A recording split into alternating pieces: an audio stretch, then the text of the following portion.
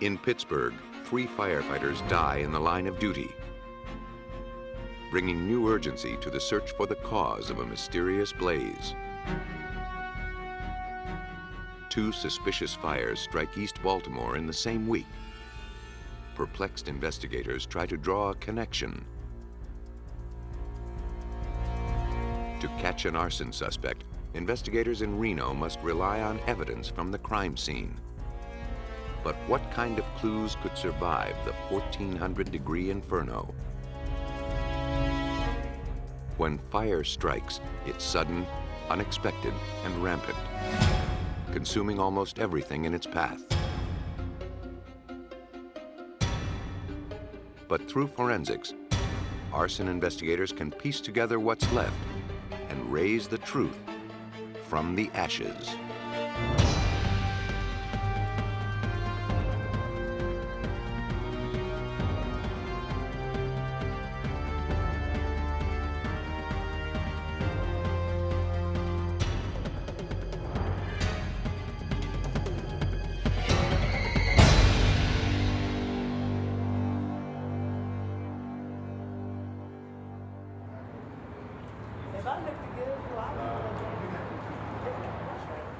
Some fires start purely by accident. Others only seem that way. It's the investigator's job to tell the difference. In 1995, the urban landscape of East Baltimore was plagued by a series of mysterious fires.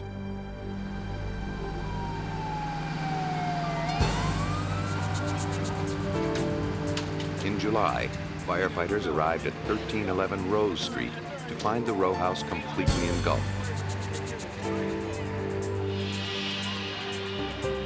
No one was living there, but the fire claimed 1 casualty. A vagrant had taken shelter that night in an upstairs bedroom.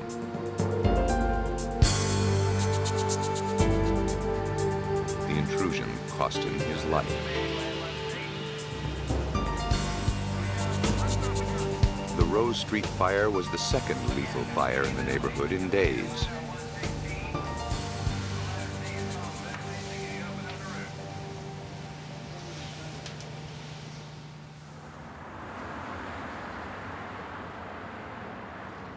Less than a week earlier, neighbors reported a blast that tore apart a narrow building a few blocks away on Lombard Street. Bricks and debris flew 50 feet from the explosion. A woman who lived next door went into cardiac arrest as a result of the explosion and later died of complications. The Baltimore police and fire departments called in the Bureau of Alcohol, Tobacco, and Firearms to examine the suspicious fires. Agent James Tanda led the investigation for the ATF. This was a massive explosion. These are 3-story brick row homes on Lombard Street that are contained on both sides. This unit happens to be in the middle of the block, and when it exploded, the entire building collapsed, and the fire was devastating. If there was anybody else in there other than the arsonist that day, they would have never survived this. 2 suspicious fires, 2 structures reduced to rubble in the span of a few days. The ATF suspected they may have been connected to something bigger. Over the past few years, 13 fires in nearby buildings racked up more than $2 million in damage. I think it was just... Yeah, it was chromatograph.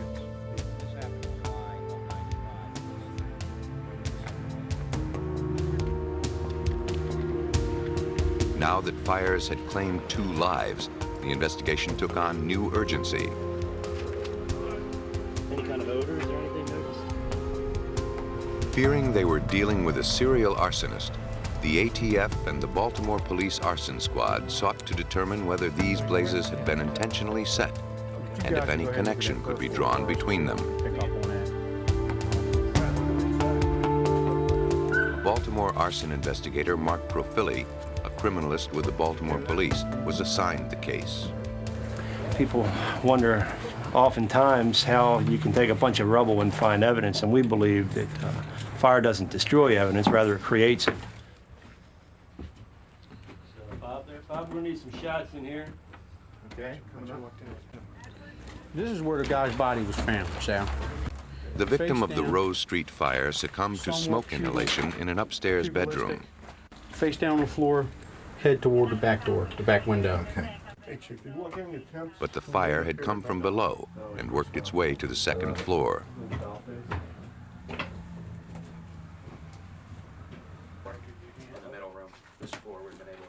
The investigative team's objective was to find out exactly where it started. Fire always marks its path. Smoke and burn patterns are the first clue at any scene. Make sure you get this area As the here flames close to move the through a back. building, At the they pressure. leave distinct patterns, which can lead a trained eye to the point of origin. Oh, yeah. Yeah. Investigators need to know where a fire started before they can determine what caused it. Carpet. It was a big fire. Okay, let me get you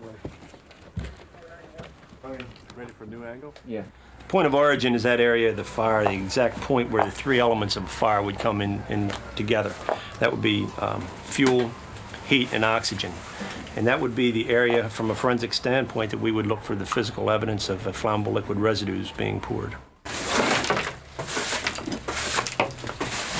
What investigators found when they examined the floor was a circular area that had been burned much deeper than the surrounding wood. The pattern suggested that this was the point of origin. One, I can even say this suggests the person taking the gasoline and The pouring wood it, had been soaked with a starting flammable liquid, an all the way accelerant, and at pouring this it here. spot. making there. The hard edge burning, where the alligatoring effect of the wood stops, is a good area to collect samples. This sort of defines where the pour would start and finish. Also, the burn through and the tongue and grooves would show us that probably a flammable liquid was poured here.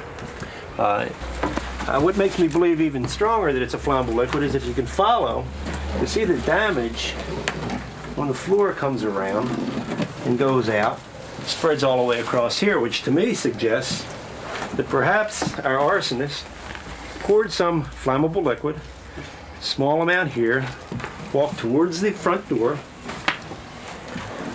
threw the flammable liquid in a large area, sets the can wherever, lights his match, and exits.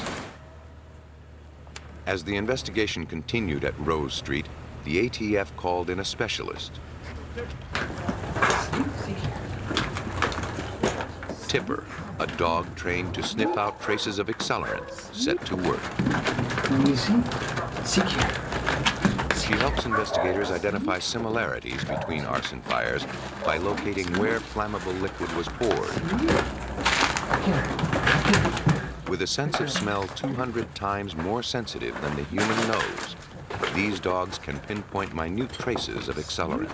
Where's it at? Find it. Seek here. Seek here. Good girl. Seek here. Seek here. This drastically reduces the time needed to test samples collected randomly. Where's it at? Over here. Good girl. Good girl. Seek. Come here. Get here. Get here. Here. When Tipper finds what she's looking for, she sits down and puts her nose onto the most saturated spot, That's good work. Good work. That's good work. telling investigators precisely what evidence to gather.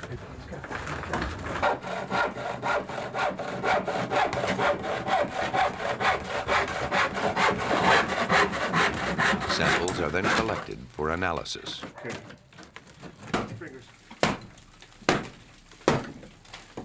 Okay. Cut that up and fit her in the can. That's perfect. Accelerants ignite with devastating ease, but are reluctant to burn away. If the wood hasn't burned to ash, traces of the vapor will remain locked inside. Pine. This pine right now.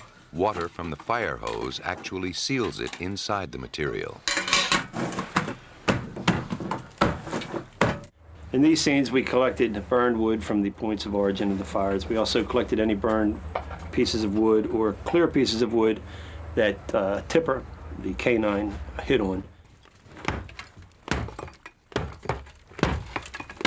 Okay. Sections of wood are carved from the remains, placed into paint cans, and firmly sealed to prevent evaporation.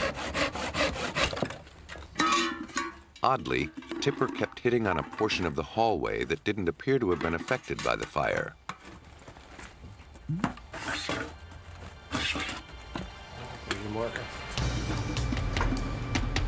Samples from this spot were sent with the other samples to the Baltimore ATF lab.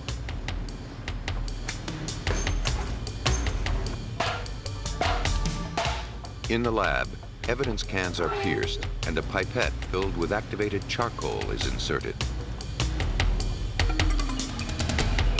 If accelerant is present in the sample, it is absorbed by the charcoal as it vaporizes.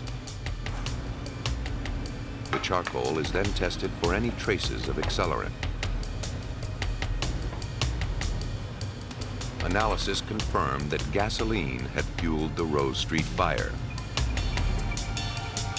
Samples collected throughout the house showed that it wasn't just splashed lightly about. The arsonist had probably thought that more gas meant a bigger blaze.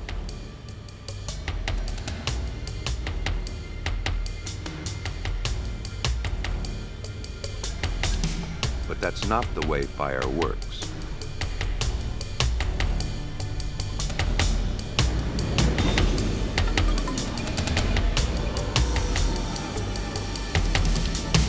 Though the arsonist had accomplished his goal, he was not an expert in the ways of fire. You have to have that fuel-air mixture correct for the fire to burn at its peak as best it could. And they just put too much gasoline in. They didn't have, maybe not enough windows open, maybe something, but they just had too much in here. One of the biggest clues was the unburned patch of floor found by Tipper. The ATF found traces of accelerant, but it was faint and far from where the blaze occurred. Show me. Someone had tried to torch this building before. Show me better. Good girl.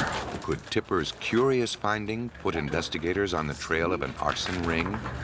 Sneak, sneak. In the center room. Tipped off by their canine specialist, investigators discovered that 1311 Rose Street had burned before. Jim and I was on. 2 years earlier, the building's owner, Robert Milligan, had received several $1,000s on a fire insurance claim. Any money on this? No, not to my knowledge. Baltimore police interviewed Milligan, a businessman who owned and operated a number of low-income rental units. Serious as far as how? Well, it doesn't appear to have been normal. He told the investigators that the fires may have been set by his tenants, who were angry over recent eviction notices. Quite a coincidence. Meanwhile, an investigation into the explosion on Lombard Street indicated that it, too, was oversaturated with gasoline. But in this case, the gasoline was spread with a bug sprayer found at the scene. The high concentration of aerosol gas is what caused the explosion. That's where the dog hit up here. It seemed the arsonist had tried to refine his technique. It looked almost like a trail. The Baltimore Police Department's arson squad questioned residents, hoping to locate a suspect. Officer Sinclair, Baltimore Police Hi, nice to see you. Are you telling them about what happened? Residents of Rose Street reported that they had been evicted just before the fire broke out.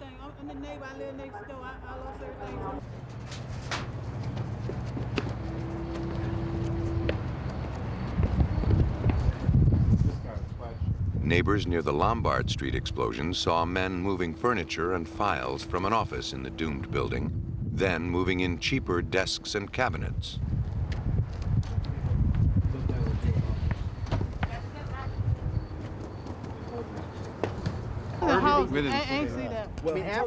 The more questions the police asked, the more suspicious and similar the fires became. My house was on fire, just like you knocked on my door. It was on fire. out of there. Looking through fire department records, detectives learned that too much gasoline had also been used to start a fire on nearby Bradford Street in June 1995, on Gough Street in April 1995, and on Linwood Avenue in October 1994. Chances are they came all the way over to the... They were paid over 13 $30,000. similar arsons had occurred in a 2-mile radius in the past 2 years. Every fire fit the same profile. Too much gasoline poured in the middle of the floor. From the time they did Gough Street, it was in April of '95, until Bradford Street was just 2 months. It was April to June. And then from Bradford Street to Rose Street was within days. They actually literally went from June 28th to July 1st to July 4th to July 10th. So in a 2-week period, they did 5 arsons and attempted to do 5 more. Besides their location and their fate, on the surface, the buildings had little in common. They were owned by different people.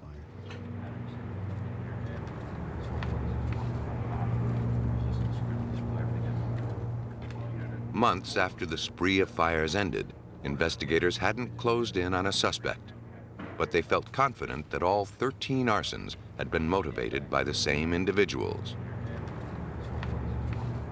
Now they had to find them. And what we tried to do was draw a link between this and all of the other scenes, and we were able to do that through their lab. We were able to find consistencies in how each one was initiated, as well as the accelerant that was used from scene to scene was all consistent. Yeah, right.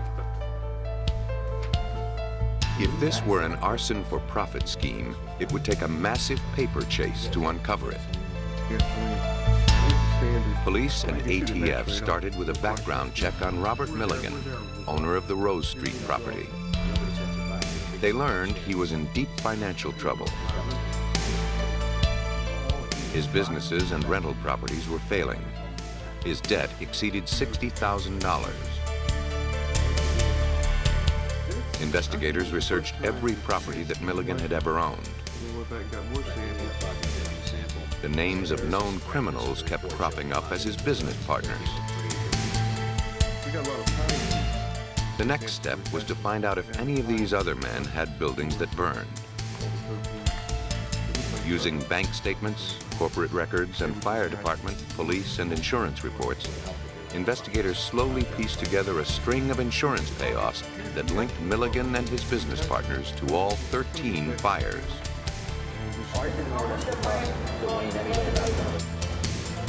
But who was actually striking the match?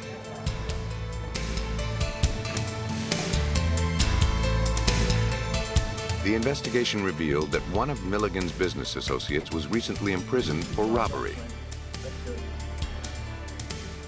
Agents went to the Maryland Correctional Institution to interview him.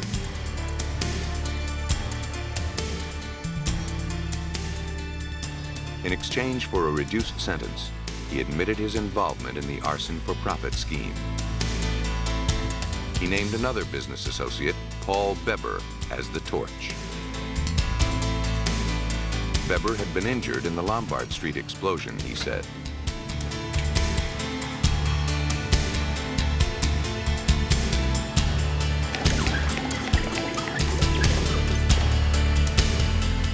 The informant told police that Beber had modified his usual pattern, using a bug sprayer to saturate the Lombard Street house. He thought it would be a quick job, but he underestimated its power and was temporarily trapped in the flames.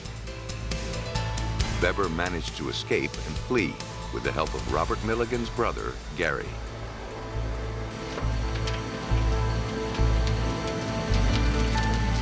Crawled out of the rubble with 2nd and 3rd degree burns and crawled back through the alley to the awaiting getaway car. At that point, Gary Milligan then picked him up and took him back to his house where they tried to doctor him before he went to the emergency room. As soon as Beber was released from the hospital, he went into hiding. He was eventually flushed out, apprehended, and arrested. To the getaway vehicle. He was surprised, very surprised that he was caught, that it was over. He was very surprised. He had been running for so long and had led a life of crime since he was 16 years old, that at the age of 32 to be apprehended, knowing that he was charged now with arson, conspiracy, attempted murder, and a bunch of other crimes, he knew his life was essentially over. To close the case, the ATF had to find a way to link Robert Milligan to the arson scheme. A sting was set up. In this surveillance video, he's discussing the arson with his former business associate, who cooperated with authorities under condition of anonymity. Everything's cool, right? With me. Yeah. I mean, can you find out with Bundy if anybody knows anything about me, or if anybody's coming to see me? Listen to me carefully. They told Paul that they know that I'm the mastermind behind it all. It was all the ATF needed. We pay rent. We ain't going nowhere. I don't care. No. Police learned that Milligan hired men to evict his tenants a week before the Rose Street blaze.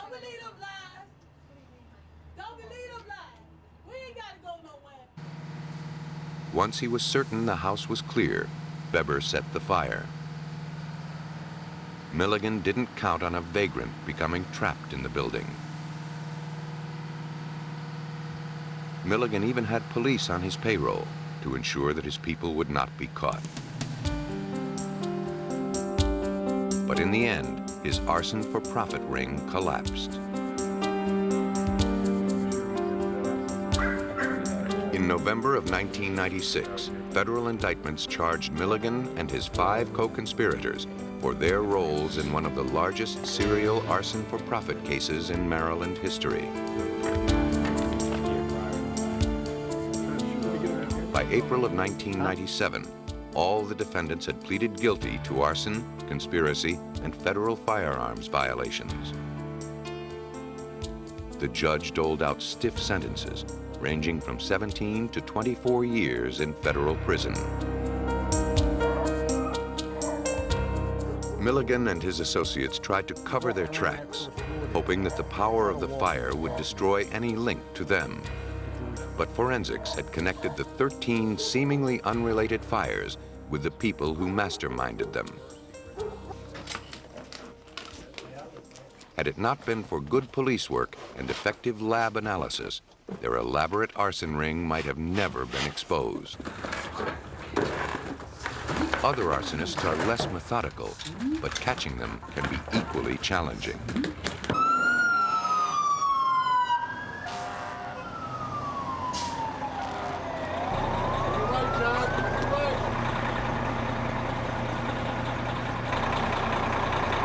On November 18, 1992, firefighters from the Reno, Nevada Fire Department were called to a large fire.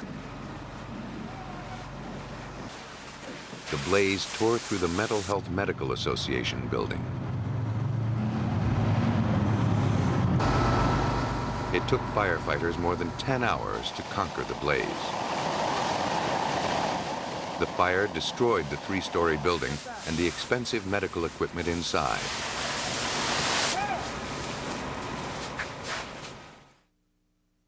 The intensity of the fire seemed suspicious. Forensic investigator William Stevenson was called in to photograph and examine the wreckage.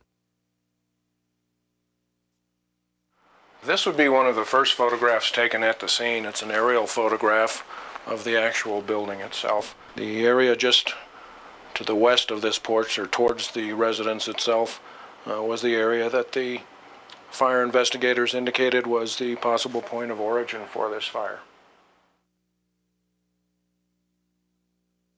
Once the fire had been extinguished and the building declared safe, Fire Inspector Bill Burney explored the aftermath. He suspected an accelerant had been used. And I thought it was highly unusual to have so much water on the porch to see flames burning on top of the water. A typical house fire burns around 800 degrees. But judging from the burn patterns and amount of damage, temperatures at the entryway reached 1,400 degrees.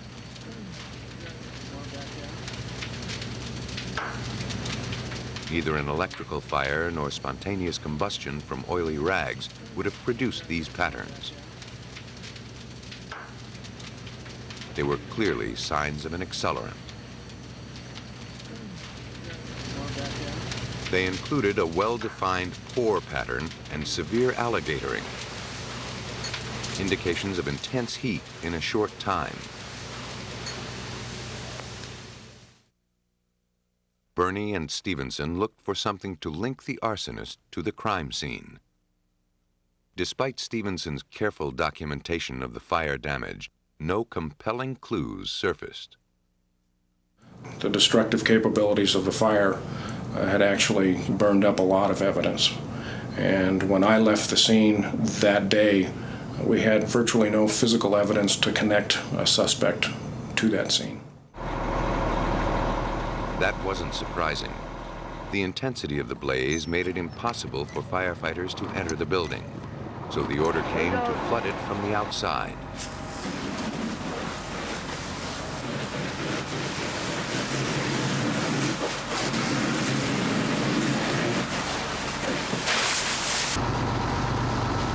After a 10-hour dousing with thousands of gallons of pressurized water, most of the accelerant had been washed away.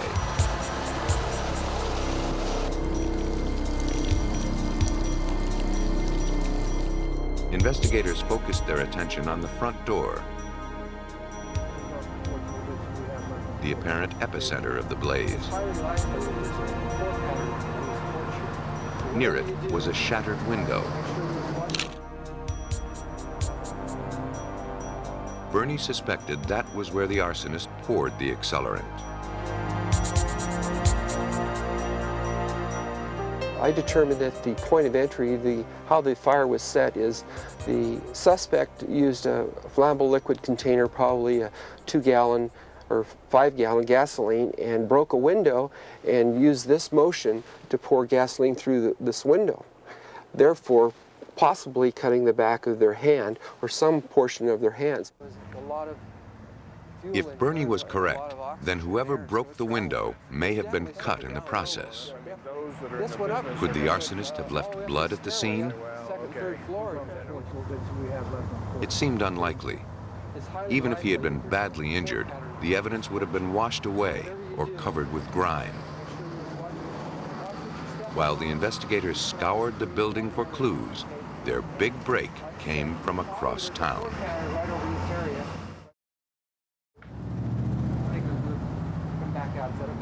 Investigators Bernie and Stevenson were frustrated by the lack of evidence at the Mental Health Association building in Reno. Fire started way down here low, so that's another indicator. But just as they finished their inspection, they learned about a shooting at a mental health facility in another part of the city. Doctors who had offices in the burned building also worked in this facility. From interviews with personnel, the investigators zeroed in on a suspect in the shooting, James Thomas Manassas, a 57-year-old cab driver who lived 5 blocks from the fire. His wife, a psychiatric patient, was institutionalized at the facility. If she's home with me. He believed that after 2 years, she was only getting worse. She has been making great strides. I want her to come home. Calm down. She has to come home. Growing frustrated, he directed his anger at the doctors, whom he considered responsible for his wife's decline. No, I'll take care of her. Calm down, sir. I will take care You're of upsetting you. your wife. He demanded that his wife be released, or he threatened to take matters into his own hands. Doctors refused. For nearly 2 years before the fire, Manassas continued pressuring doctors about his wife's care. I'm sorry, you cannot see her tonight. You know when visiting hours According to one of the psychiatrists, Manassas made death threats and promised to burn down the building. You understand. You know the rules. No, I would like to see my wife tonight. Everything all right, Dr. Keel? Waving that gun around. On November 18th, just 5 hours after the arson at the mental health offices, someone had fired 2 shots through the windows of the mental health facility, wounding 2 doctors. Whoever fired the shots fled without being seen. When you were from where you were standing, what did you see? Police decided to take a closer look at James Manassas. Standing in front of me.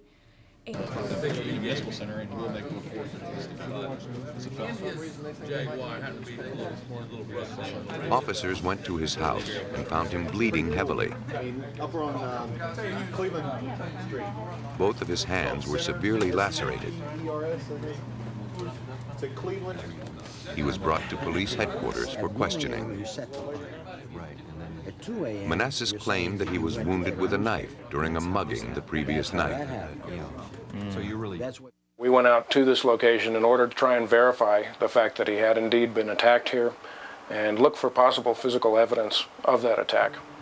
When we arrived at the area, we did a very close examination, and we did not find any blood anywhere around this particular location. Yeah, that's a nice picture there. It's a good shot of that. Armed with a search warrant, investigators returned to his house. They found a streak of blood on his car door and several spots of blood inside the vehicle.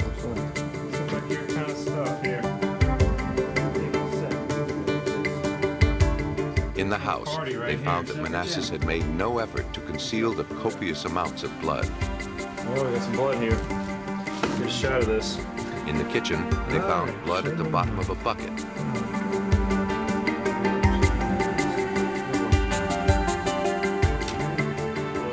In the bedroom, they uncovered bloody pants and a bloody towel.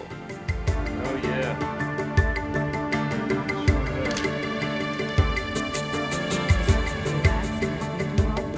Given his suspicious wounds, weak alibi, and ardent threats against the mental health care facilities, the police felt they had enough cause to arrest him. Bernie and Stevenson believed they had the arsonist in custody, but they knew that they didn't have the kind of physical evidence that would assure his conviction.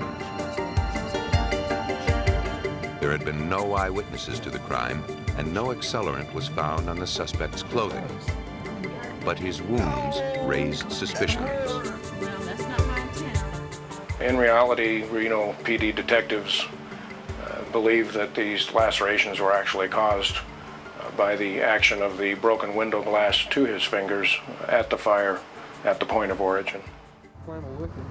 Set fire inside the building on his way out. The only physical evidence to connect him with the scene of the fire would be blood from his wounds, if it survived the inferno. Stevenson was familiar with a laboratory technique in which bloody fingerprints are baked to stabilize them. Was it possible that a viable droplet of blood had been preserved by the intense heat and survived the water and soot? Right by his left foot all the way over to the door. It was a long shot, but at this point, it was all they had.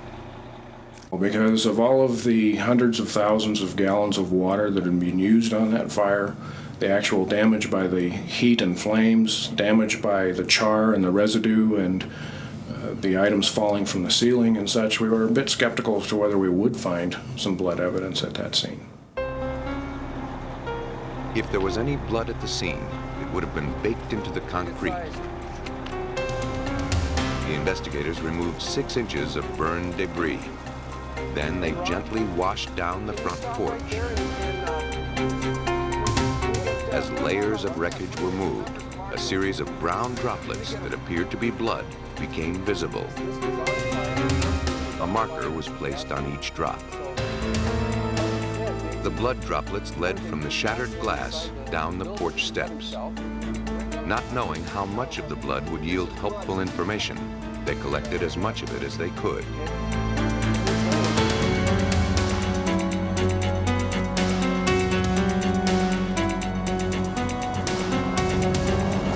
Removing the samples wasn't easy. Normally, blood is collected with moistened cotton swabs, but these droplets were much less accessible. The team had to use a scalpel to scrape it from the concrete. The only hope of catching an arsonist was to find his signature in these charred flakes of blood. There it is.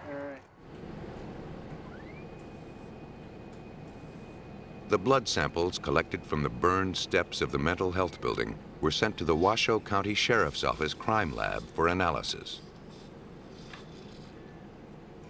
The serology department did a preliminary examination to confirm that the blood was human.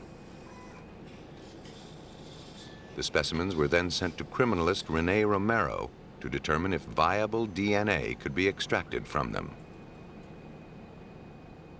We really didn't expect to get results. The stains themselves looked like something that came from the bottom of a charcoal grill, and high heat to something that can ruin DNA. In fact, the heat had been very destructive. But despite temperatures in excess of 1400 degrees, Romero was able to extract DNA from 3 of the 11 samples.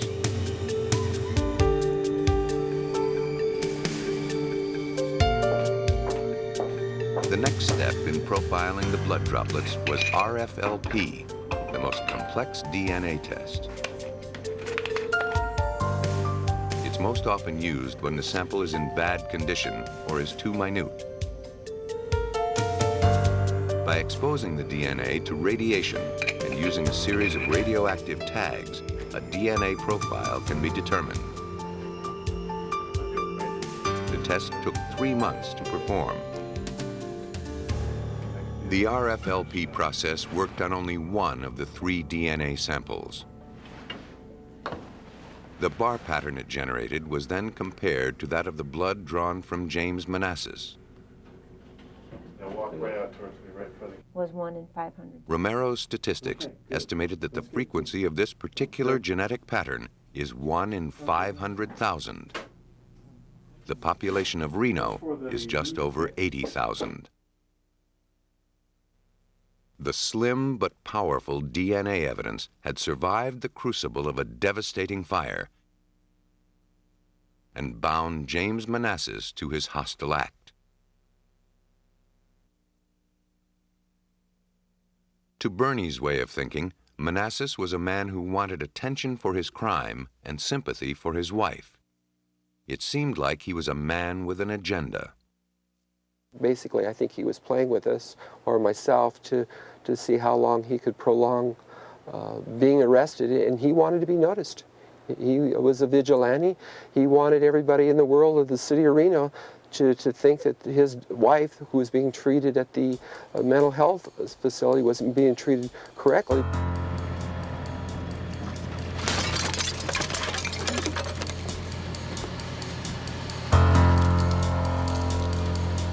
For his crime of arson and the shooting attack on the clinic, James Manassas received 76 years in jail. With a gallon of gasoline and a match, Manassas' stunt evolved into an enormously costly crime, totaling $4.5 million. Fortunately, the fire claimed no victims. The ultimate price is paid when fires turn fatal. Shortly after midnight on February 14, 1985, the Pittsburgh Fire Department was dispatched to 8361 Bryceland Street. Captain Thomas Brooks, firefighter Patricia Conroy, and firefighter Mark Colenda entered the house and made their way down a staircase to the basement. When the stairwell collapsed, they found themselves trapped with no apparent way out. The intense heat and blinding smoke prevented them from finding an exit. Their hose burned in half. Their radios failed. As the fire continued to rage, the oxygen in their tanks ran out. It took several hours to extinguish the blaze and evacuate the fallen firefighters from the incinerated home. Brooks, Conroy, and Colenda could not be revived. None of the Buckner family, who rented this house, were injured in the fire.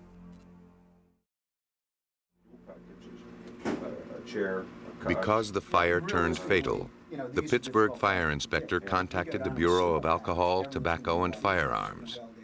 Special Agents Dan Bay and his partner Bill Petratus were assigned to the case. Anytime you have a situation where 3 firefighters die or a firefighter dies, it's a very high priority with ATF as far as the investigations go. They requested us in the early part of the investigation, actually right after the fire, to make a determination on the cause of the fire. The agents tried to discover how these firefighters had died. The house, typical of the Pittsburgh area, appeared to be 2 stories from the front, but was actually 4 stories built into a hill. This layout contributed to the firefighters' disorientation. They failed to notice their passage to safety. They didn't realize that this door could be opened. They thought it was a dead-end closet, so this access was blocked. Their exit route, following the route they used to come in, was blocked because of the collapse.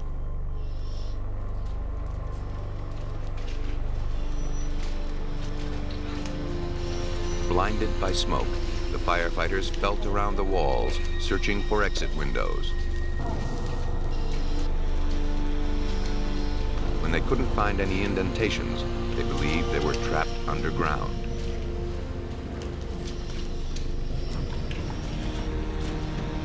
What they couldn't know, as their air supplies dwindled, was that the room had several windows, but they had been weatherproofed and covered with heavy plexiglass. The fire was too hot for other firefighters to come to their rescue, and there was no way to contact them. The 3 firefighters could not be saved.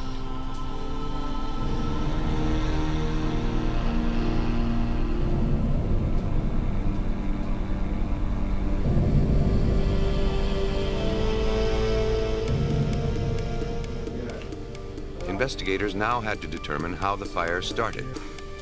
ATF agents surveyed the wreckage.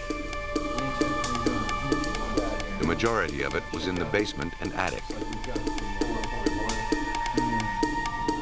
This suggested that the fire began in the basement. Then, having extinguished all combustible materials on that level, leapt up to the attic through the spaces between the walls. The absence of frayed wires or damage to the inside of the washer, dryer, water heater, or furnace dispelled the theory that the fire could have been sparked by an electrical glitch. A pile of charred laundry sat in the middle of the soaked floor. When investigators turned their attention upwards, they noticed an odd burn pattern directly above the burned laundry. The marks aroused the suspicions of investigator Dan Petratus. The joists of the ceiling were burned out in a circular pattern that was probably about 12 feet in diameter. That is unusual. So that was one of our early indicators that something occurred in the basement that wasn't typical of a naturally occurring fire.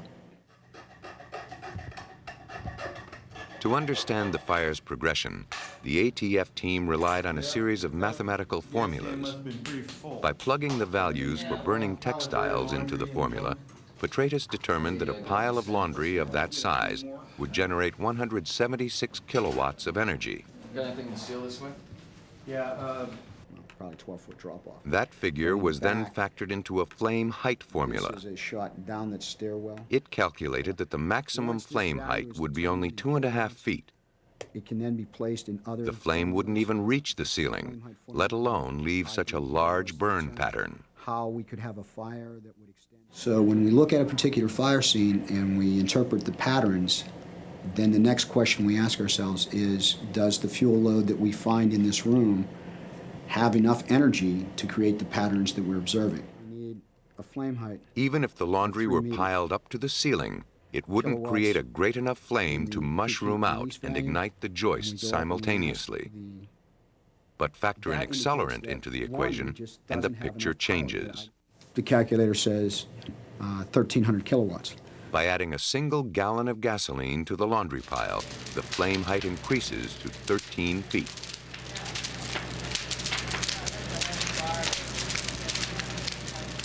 This model fit the burn pattern on the ceilings and the joists.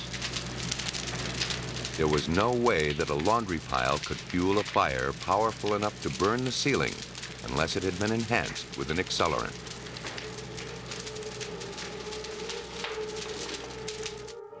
When we plug in a material that has the characteristics and energy of gasoline, then that particular material will create the patterns that we have observed. Petratus had located the origin of the fire and determined that an accelerant had been at work there. But collecting evidence to prove his case would be difficult. Burned shreds of laundry had been soaking in water for hours. The basement floor was made of concrete. Because it's non-flammable, it doesn't yield a discernible pour pattern. That's enough. When you get that back to the lab. If this case were to be solved, the story would be told in the lab.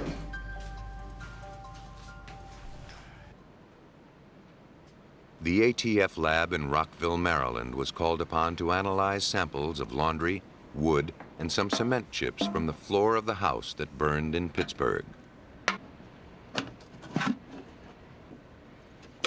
Forensic chemist William Kennard examined the debris from the fire for traces of accelerant. When a fireman sends us some debris,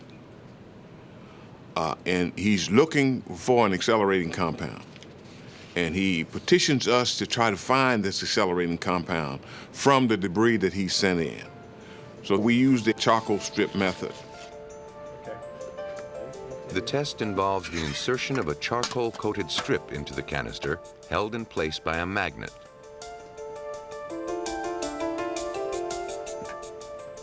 The can is then heated to about 100 degrees Fahrenheit.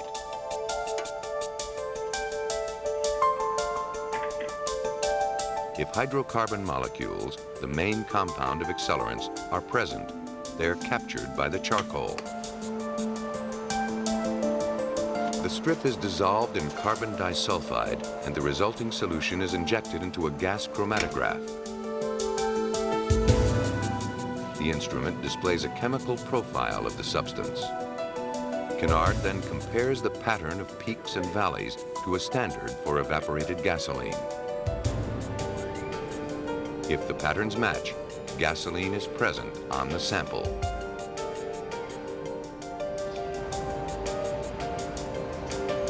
Kennard found remnants of the accelerant in 6 of the samples from Bryceland Street. His identification of gasoline in the pile of laundry corroborated the scenario of arson. A fire started when a pile of laundry on the basement floor had been doused with gasoline and ignited. Now, the investigation focused on finding out who did it and why. And your name? Catherine. The ATF first questioned the homeowner, but he had nothing to gain by the destruction of his home. The ATF suspected that the Bryceland Street fire might have been gang-related, but that seemed a dead end.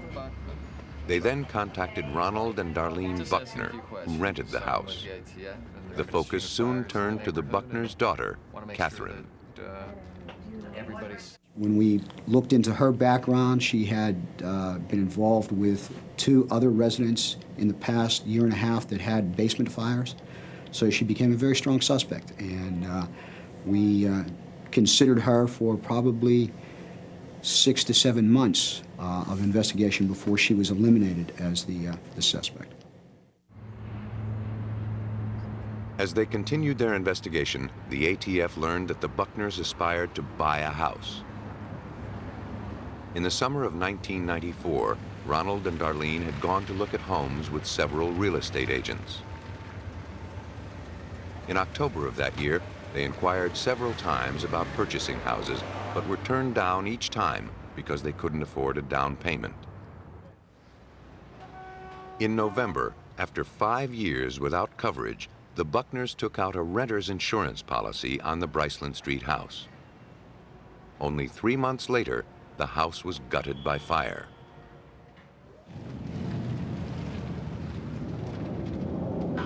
The insurance company paid $20,000 on their claim. What the company failed to notice was that the day after the fire, the Buckners resumed their house hunting with new enthusiasm. As soon as they received a check from the insurance company, they put a down payment on a new house, one that they'd been eyeing since the previous year. A motive was taking shape. Investigators grew increasingly suspicious of Darlene Buckner and her son, Gregory Brown. Darlene said that on the night of the fire, she and Gregory had gone grocery shopping. They returned to find her house engulfed in flames. Yet neighbors had seen Gregory Brown standing outside his home, watching it burn, even before emergency crews were on the scene. Another neighbor had seen Darlene driving her car near the grocery store alone that night. Shortly after the fire, Gregory had been arrested on drug charges. He had served 90 days.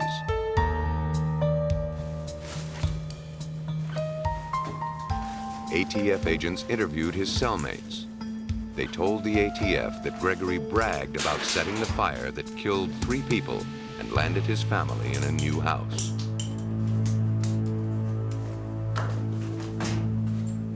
Yeah, actually showing that the temperature... The ATF filed charges against Gregory Brown and Darlene Buckner. All the scientific evidence pointed to arson. Fire setters unleash a force far beyond their control. By dropping a match in a gasoline-soaked pile of laundry, Gregory Brown set in motion a chain of events that claimed 3 lives.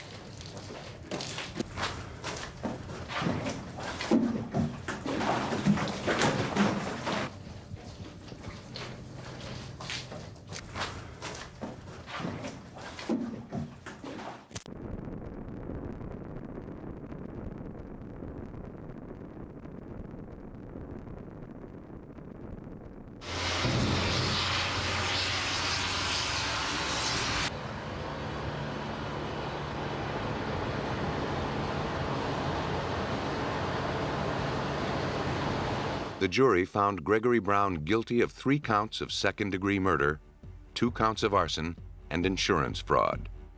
He was sentenced to 3 consecutive life terms in prison. Darlene Buckner was found guilty of insurance fraud, but was acquitted of the other charges. She was sentenced to 3 years and probation and fined $5,000.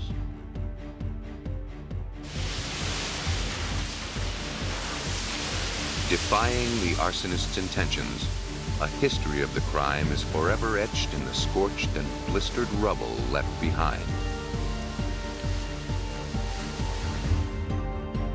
Through computer modeling, trained dogs, chemical analysis, and astute observation, forensic investigators are able to reconstruct the crime and read the story from its ashes.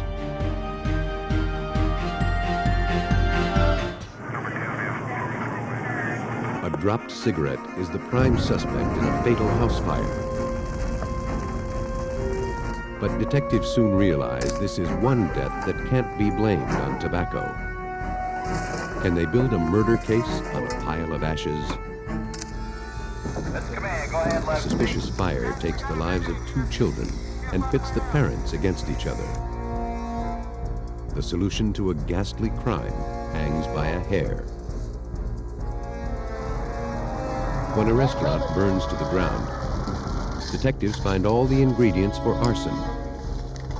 But who cooked up the scheme that left 2 firefighters dead? I don't see any bullet. I don't see... Searing temperatures and torrents of water are the enemies of crime solving. But even in the blackened rubble, arson investigators can fan a few smoking embers into flames of justice.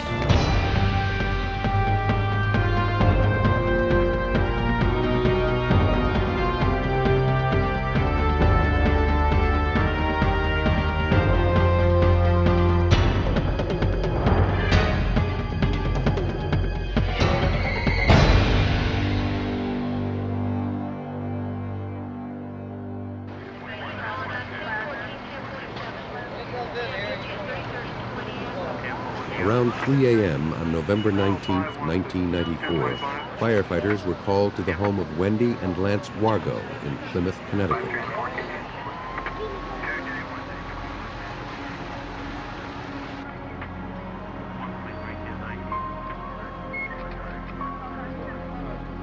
Lance Wargo escaped the fire with his children. Intense heat kept him from rescuing his wife, Wendy, asleep downstairs in the den. The fire burned too fiercely for firefighters to enter the home. Hope for Wendy's survival extinguished long before the blaze. Wargo told firefighters that his wife regularly used the den for smoking and had fallen asleep there the night before. Because the victim was a smoker, investigators had to consider that the fire was started by a dropped cigarette.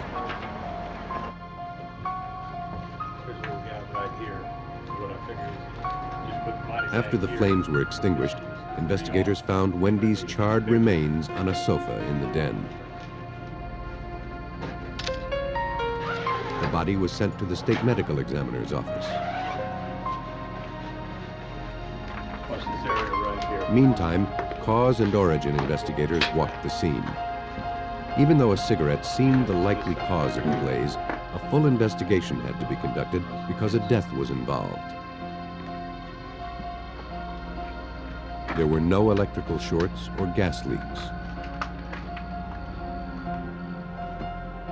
There was no indication of break-in, nor anything suspicious.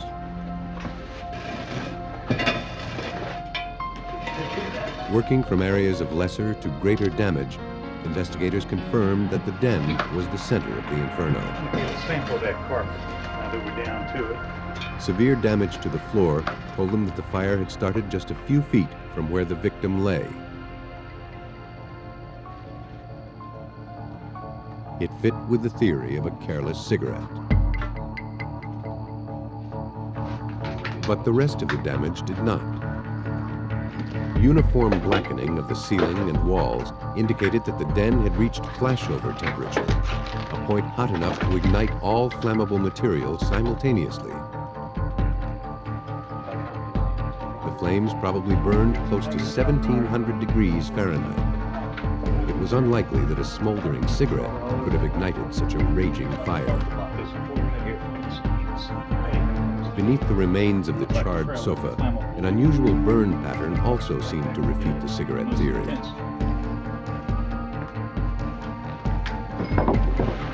Furniture usually creates protected areas. But the burn pattern etched into this floor didn't correspond to the placement of the sofa.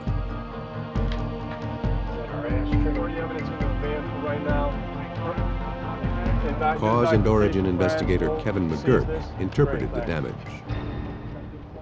The tongue groove wood floor was burned in a very straight line with specific lines of demarcation, holes burned straight down through the floor, that I believe the only thing that could have created that was the result of the introduction of a liquid accelerant.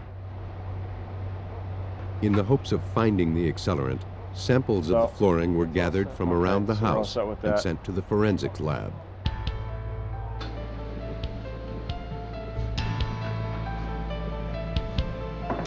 Technicians look for any traces of flammable liquids that might still be present in the samples.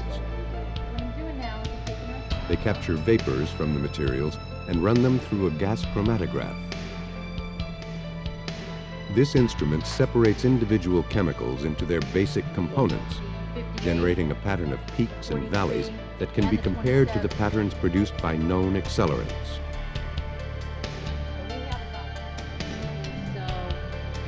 In this case, none of the samples showed any traces of accelerant. I think, yeah, it should just be plain acetone. Not a single droplet of flammable residue could be identified. The negative results didn't mean that an accelerant hadn't been used. A flashover usually consumes everything in its path, especially combustible liquids. See the third molar here. While arson investigators continued searching the home for evidence, the medical examiner took a look at the body. In Connecticut, any victim of accidental death not witnessed by a physician must be autopsied. Because the body was burned beyond recognition, dental records were used to confirm that the victim was Wendy Wargo. The next task was to determine cause of death. In deaths associated with fire, medical examiners pay close attention to the respiratory tract. According to Malka Shah, fire victims normally breathe in smoke and soot. That inhaled stuff can go into your nose, into your mouth, throat, and all the way to the lung. In contrast, in Wendy's case, There was no soot present beyond first few millimeters of her tongue. Blood analysis also had unexpected results. Fire victims usually have large amounts of carbon monoxide in their bloodstream. Wargo barely had any. The victim hadn't taken a single breath of smoky air. There was only one explanation. Before the fire started, Wendy Wargo was already dead. Wendy, a 29-year-old Plymouth native, had been married to Lance, a chemical engineer, for 9 years. Did you get a goal? Her friends and co-workers described her as a devoted mother and a warm, giving person. All right. How's my boy? You ticklish today? Finding out how this young woman died would require the process of elimination. Shaw analyzed the victim's blood for drugs, alcohol, and poisons. She studied the internal organs. She searched the skull and bones for injury. She found nothing out of the ordinary. In Wendy's case, I was able to eliminate all other causes of death. She has not died of a fire, she had not died of natural disease or any stab wound or a gunshot wound or bludgeoned to death. But that didn't rule out a homicide. Because the skin and outer tissue had been burned away, there was no way to tell if she had been strangled or smothered. The unaccountable death and suspicious blaze pointed to murder, but there was no proof and little hope that any would be found. Subtle clues rarely survive a fire.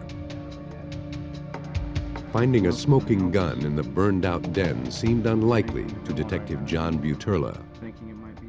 In a fire scene, you have firefighters who are concerned with a number of things, including getting in there, looking for any victims that they can possibly bring out. They don't have a regard for the fact that there may be a crime there. So they're dumping tens of thousands of gallons of water. They're bringing hoses and personnel inside a structure in order to fulfill their obligation. It appeared that no additional clues had survived the fire and water. Although investigators continued to examine the burned home, it seemed they would have to rely on good old-fashioned detective work if they wanted to find out what really happened on the night of the fire. Police questioned the Wargo's neighbors at the fire scene. Across the street over there. None could offer any leads as to who might want to kill Wendy Wargo.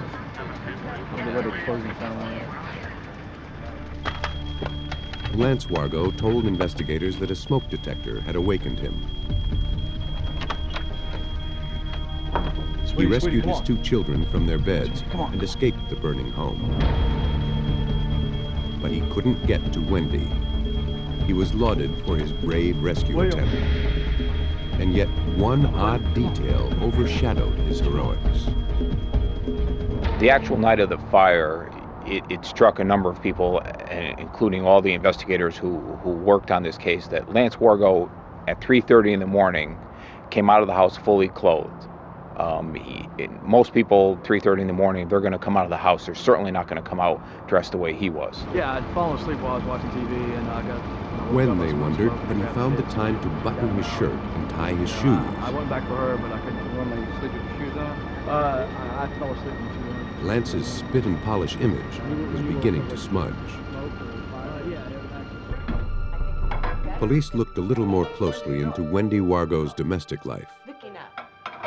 I've had a hard day, Wendy. They learned that she had served her husband with divorce papers just 18 days before her death. Lance was overheard saying that he would rather murder his wife than give up his kids. He was now the prime suspect, but police had no tangible evidence.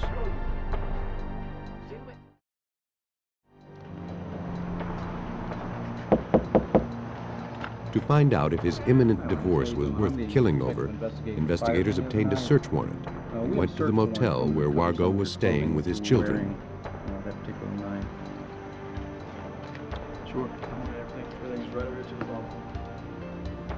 They collected the clothing that he had been wearing on the night of the fire. These are jeans you're wearing that night? Finding a trace of blood or some accelerant residue was investigators' only chance of tying the suspect to the crime. In the lab, the clothes were tested, but the results were disappointing. Investigators found nothing unusual on them. Though a spotlight of suspicion glared on Lance Wargo, there wasn't a shred of proof. The investigation had reached a dead end. Either he was completely innocent, as he asserted, or he had just committed a nearly perfect murder.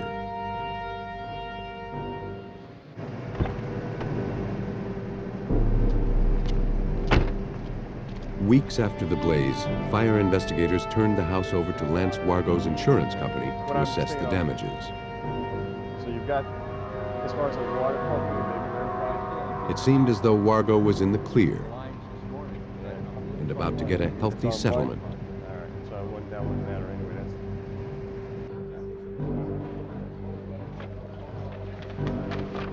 Then, insurance investigators found a singed notepad in the Wargo's bedroom that the fire investigators had missed. On it were several pages of cryptic notes. Investigators examined the lists of abbreviations. SIGs, they believed, was cigarettes. There were references to rope, gloves, a mask, dry run. It was like a murder plot in shorthand. Among the notes were abbreviations for household chemicals that could be used as accelerants. All along, something about cigarettes. Investigators went back to the home to see if they could find any evidence of these chemicals. In Wargo's garage, they found one kind. In the house, they found a melted bottle of another. Investigators had found the lethal ingredients for the accelerant. The writing in the notebook further incriminated Lance Wargo and suggested that he pre-planned the so-called accident. A final examination of the home caught Wargo in another critical lie. He had told investigators that he was awakened by a smoke detector. Damage to the wiring inside the detector led investigators to believe that couldn't possibly have happened. Well, a subsequent examination by an electrical engineer or a professional engineer made the determination the smoke detectors are probably not working in proper working order at the time of the fire.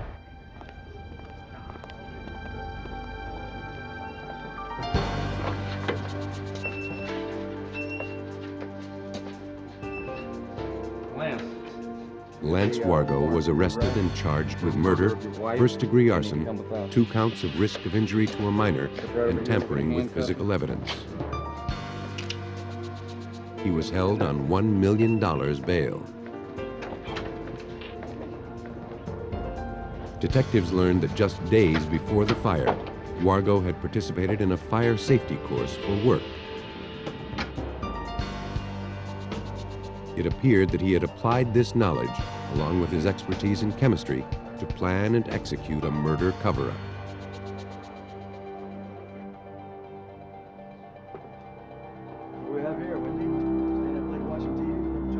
A battle between the Wargos culminated in Lance putting his carefully formulated plan into action. First, he suffocated his wife. Then he set the fire to conceal the murder.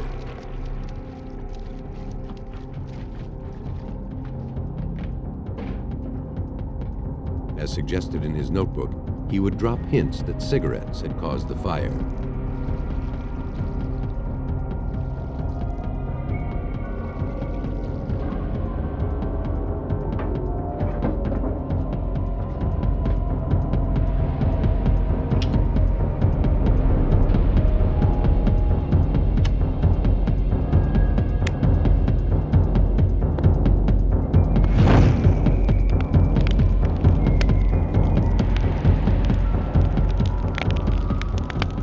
The motive, I believe, is a spite revenge fire motive. He was going through a divorce. He did not want a divorce. He did not want to be a weekend father. These were items that were noted in the notepad as well. The bereaved husband was found guilty of 6 charges in connection with Wendy Wargo's death. He was sentenced to 50 years in prison. Lance Wargo had nearly succeeded in blaming his fire on a cigarette. But even in blatant cases of arson, finding the perpetrator might not be so obvious. Shortly after midnight on October 24, 1995, a 911 call summoned the Johnson County, Kansas Fire Department to a luxury home burning out of control. The owner, Dr. Deborah Green, and her 10-year-old daughter Kate had escaped the fire. But 13-year-old Tim and 6-year-old Kelly were still trapped inside.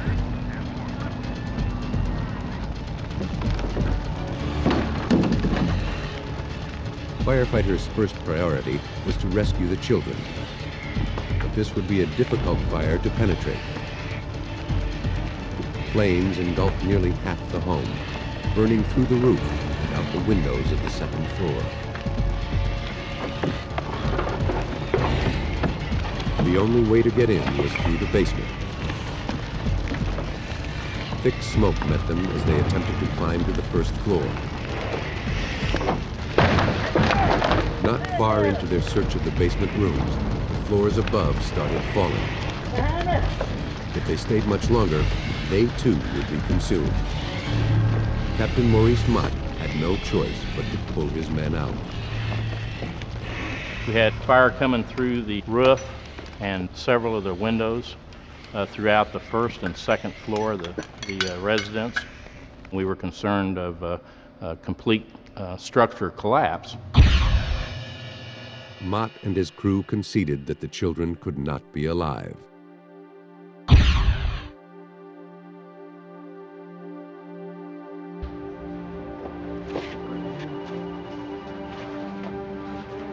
To spare Green and her daughter the trauma of watching the deadly fire, investigators brought them to the Prairie Village police station.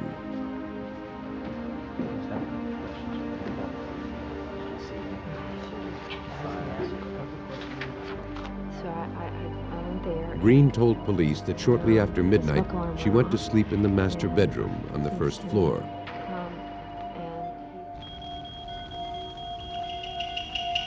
An alarm woke her. She opened her bedroom door to find the hallway consumed by smoke and fire. She said she closed the door and exited onto the deck.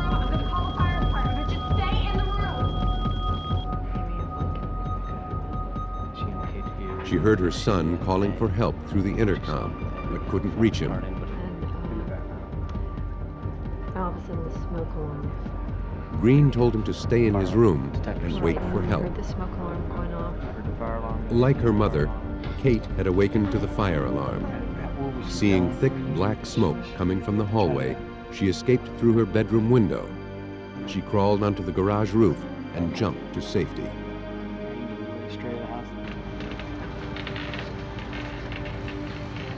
Her brother and sister never made it out of their beds. At 5 a.m., after the fire was extinguished, firefighters recovered the bodies of Kelly and Tim. Their remains were sent for autopsy.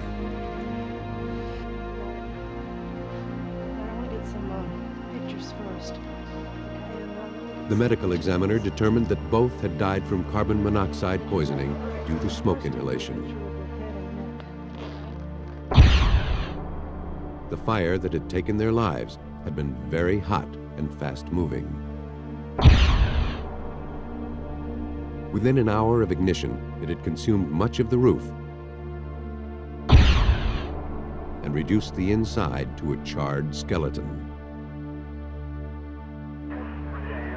The reason we call the task force. The size of the home, the high degree of damage, and the double fatalities were beyond the scope of the city's resources. Prairie Village authorities activated a task force of law enforcement, fire and investigative officials from counties in Kansas and Missouri. Cause and origin investigators examined the burned-out home. Gary Lamons, Division Chief of Johnson County, realized this wouldn't be an easy fire to pinpoint. As they went through, the whole area had to be excavated and layered through. All the debris that was on the floor had to be sifted through, and as you go through that, it's taken to the outside. Looking through the debris, investigators found that unlike most fires, many rooms of this house seemed to have burst into flames at the same time. And unlike most fires, this one didn't burn up and out. Patterns on the standing walls told investigators that it climbed straight up very rapidly. They examined and photographed every room of the 6,000 square foot home. Forensic chemist Bill Chapin knew that this was no ordinary house fire. You had a massive burning in the kitchen, and then not so much burning in the eating portion of the kitchen, and then massive burning in the living room, and no burning in the master bedroom, and massive burning in portions of other parts of the house. It was a hodgepodge of nonsense that you just wouldn't see in a normal, typical fire. Such disparities made sense only if these heavily damaged areas had been doused with accelerant. The amount of damage and odd flow of the fire suggested arson. But first, the task force needed to rule out accidental causes. The gas lines were in working order. Electrical engineers determined that none of the wiring had shorted. As they excavated the rubble, investigators noticed deep pitting and scaly damage called alligatoring. It proved that they were looking at pore patterns made by a liquid accelerant.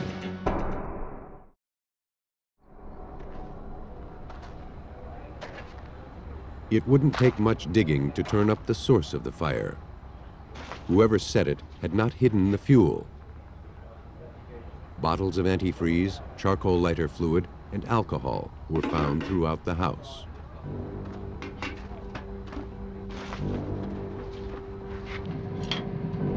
"48 samples were collected. They were sent to the lab and tested. In numerous carpet swatches, investigators found trace amounts of charcoal lighter fluid. If antifreeze and alcohol had also been used, they probably would have burned off. The presence of accelerant now proved arson. Because of the family's affluence, detectives wondered if the fire had been set to cover up a burglary. But there was no forced entry. The burglar alarm was in working order. The bolts were all in the locked position. The only damage to doors and windows had been caused by firefighters. Whoever set the deadly fire had been inside the house or had a key. Investigators determined that arson had destroyed Dr. Deborah Green's home and killed 2 of her children. Now they had to determine who set the deadly blaze. While the task force continued excavating the house, detectives investigated its former occupants.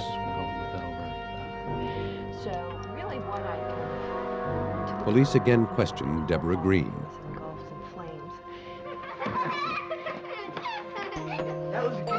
Together for 18 years, Green and her husband Mike Farrar had both been successful physicians. Can I go to Bill's house? I'll be home by 6. I'll see you later. After the birth of their 3rd child, she gave up her practice to be a full-time mother. Have fun. Bye.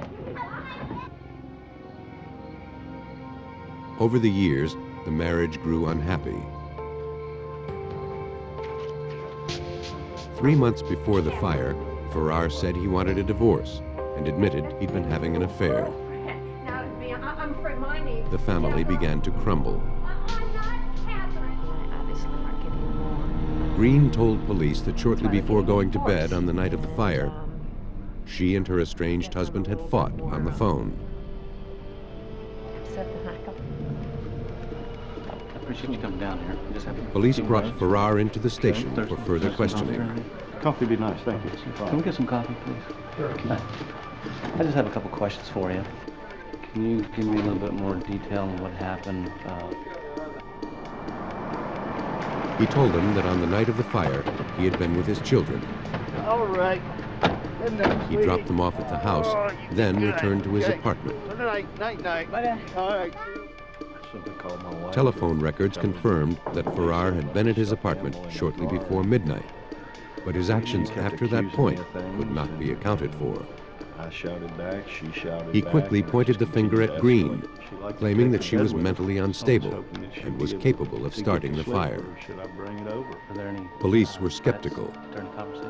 His anger with Deborah Green gave him the motive. His house key gave him the means. But Deborah had equal motive and equal means. Did Mike Farrar sneak in and set fire to the house? Or did Deborah set it to frame her husband and play the victim? Only the evidence left at the scene could determine the truth. As they continued excavating, investigators uncovered a trail of pour patterns that wound through the house and ended at the threshold of Deborah Green's bedroom. Deborah had said that her door was closed during the fire. She said she ran out the back door when she saw the smoke. But investigators had found traces of lighter fluid in her bedroom carpet. Forensic chemist Bill Chapin felt the evidence told a different story. You could see that accelerant pattern coming through the hallway and into the doorway area. That accelerant had soaked, if you will, up into the carpet underneath where that door was standing open. Fire dissipation. Not only did the accelerant trail lead into her bedroom, the burn pattern on the carpet could not have been created with the door closed. You got back. Were there any children out? The clues at the doorway suggested Deborah's guilt, but the case was by no means open and shut. The team needed more evidence to determine which spouse was responsible for the fire that killed their children. Investigators came up with a plan. The accelerant had been poured so densely throughout the house that it probably created a burst of flame at ignition. Okay, right there. It was possible that whoever lit the fire had been burned. Neither Green nor Farrar had suffered any apparent injuries. But some burns can only be detected with a microscope. Investigators took hair samples from both Deborah Green and Mike Farrar.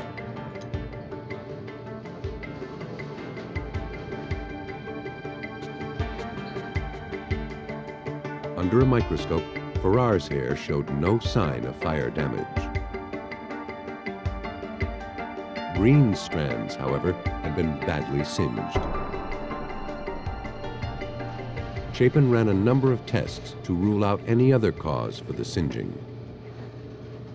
We did some testing to see what kind of temperatures would be involved with causing hair to singe to the extent that hers was singed, and trying to heat hair and bring it, within so many inches of direct heat, heating it with irons, heating it in different kinds of ways to see what the different kinds of singeing would tell us. Only direct contact with flame could have damaged her hair in that manner. Green had told police that she'd never gotten near any flames. Forensics proved her statement false. Green's lies had finally caught up with her. Police had found the arsonist. From the chaotic crime scene, the task force pieced together a desperate and deadly act. Green had been at her wit's end over her relationship with her husband. the impending divorce was the spark that ignited her fury. The dining room table that she doused with alcohol and other accelerants had been covered with their legal papers. Throughout the house, she focused on places meant to cause emotional pain to Mike Farrar: his piano, his desk, and, most tragically, his children. By saturating the upstairs hallway, she had intentionally closed off their main means of escape.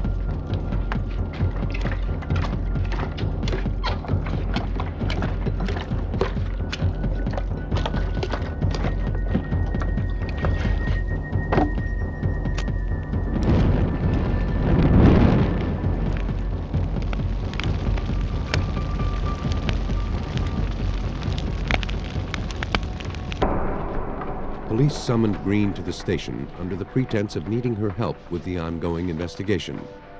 When she arrived, they arrested her.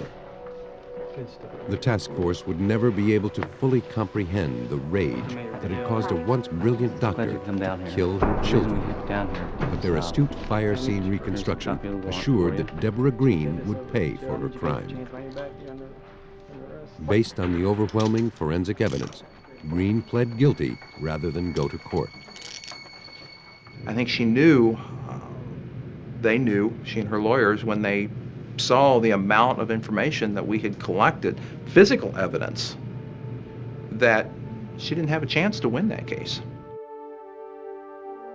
Deborah Green is serving a life sentence.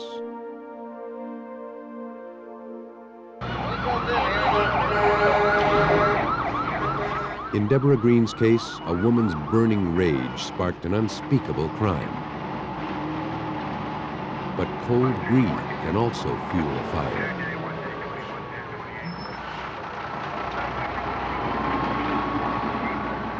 September 2nd, 1991. Shortly after midnight, a motorist in New Smyrna Beach, Florida, saw smoke pouring out of a restaurant. He called the fire department. Within 5 minutes, fire trucks arrived to find Stormy's Seafood Steak and Lounge engulfed in flames. Fires can be unpredictable, and this one was especially treacherous. Intense heat and flashovers thwarted firefighters' efforts. The fire grew out of control.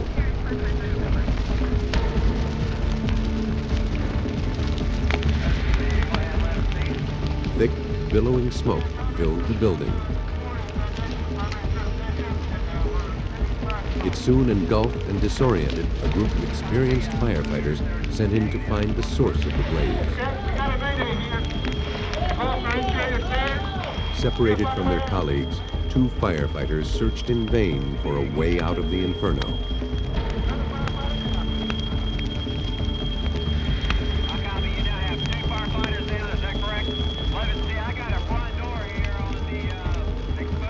They ran out of air and died.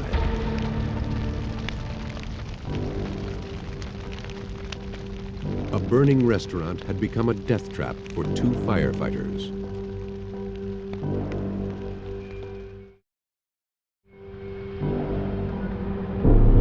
The next morning, investigators arrived on the scene to find out how it happened. Captain Ron McCardle of the Florida State Fire Marshal's Office observed a peculiar pattern.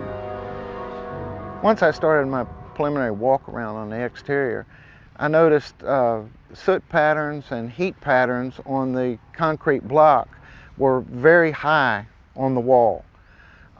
This indicated to me that there was a very hot fire high on the interior.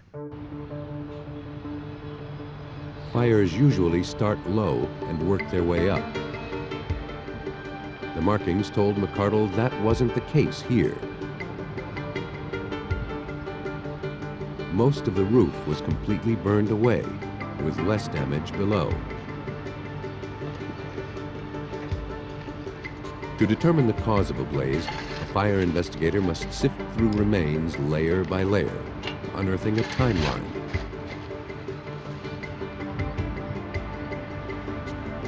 As a fire rages, burning debris from the ceiling and roof tumbles downward.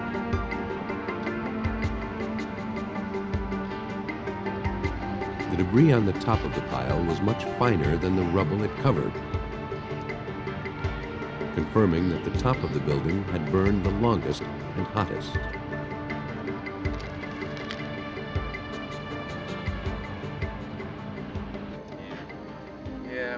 Stormy's restaurant was the venture of a man named Biff Utter, who had owned it for 3 years.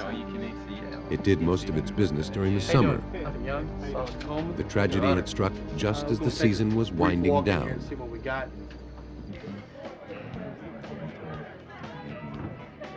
When Utter had been at the restaurant earlier that evening, everything seemed fine. He finished up his business, then left with his girlfriend for a party.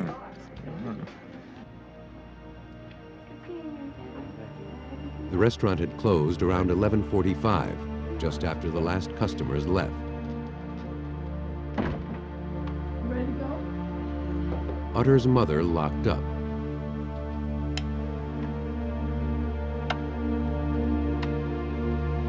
The employees didn't see, hear, or smell anything unusual, either inside or outside of the building.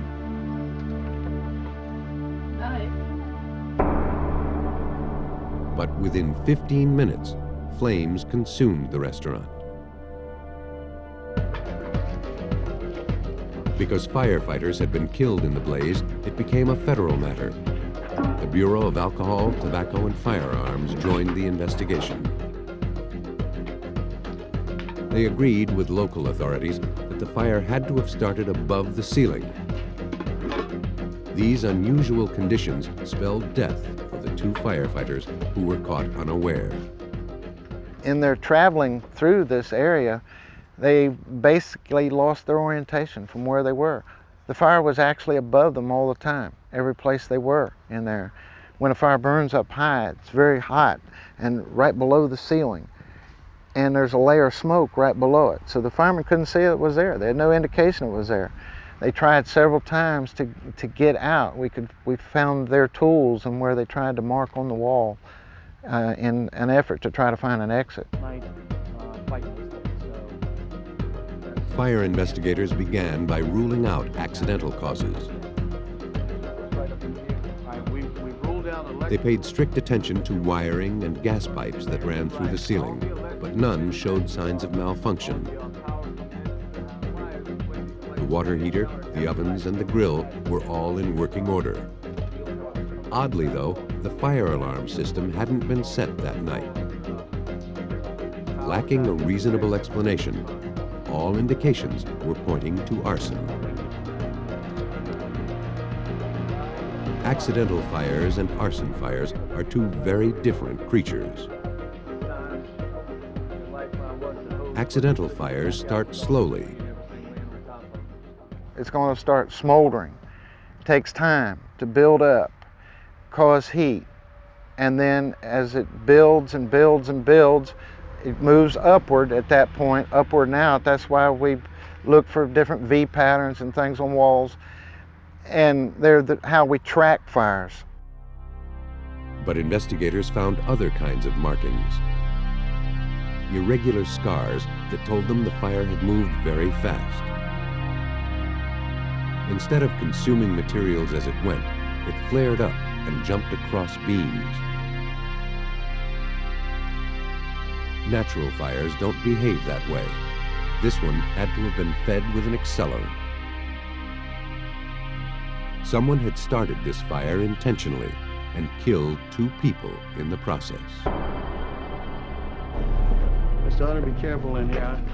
The first suspect was the proprietor, Biff Utter. But Utter had nothing to gain from the fire and everything to lose. Okay, over here was a Business had been lagging.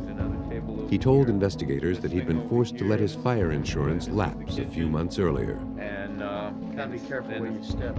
Utter couldn't think of anyone who would want to torch his place, nor could investigators find any sign of forced entry.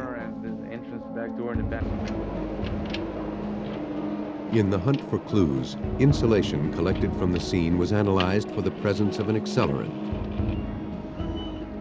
The pattern of peaks and valleys from the chromatograph revealed the presence of a flammable petroleum product, most likely kerosene. While it was one more piece of evidence that pointed to arson, the accelerant was too common to be traced back to anyone. Let's check this off. Unless investigators could find some clue in the rubble, they had little hope of identifying the arsonist. I'll look over on this side, see what I can find. By pouring the accelerant high, where flames burned the hottest, he had nearly succeeded in burning away the evidence. But he hadn't destroyed it all. Hey, bub, I think I found something. Might be important. Looks like some kind of Arson investigators searching the burned-out restaurant pulled their most promising clue from a garbage can in Biff Utter's office. They uncovered an opened envelope addressed to Biff Utter, along with a copy of the renewed fire insurance policy for Stormies. But Utter had claimed that he had no insurance. The business owner had been caught in a lie. U.S. Attorney Paul Byron, in charge of prosecuting the double homicide, checked to see if Utter might have burned the building for the insurance money. When we reviewed his financial records from his own accountant, we found that Stormies was losing about $6,500 per month, and that he was unable to pay the mortgage for the last 3 months the business was open.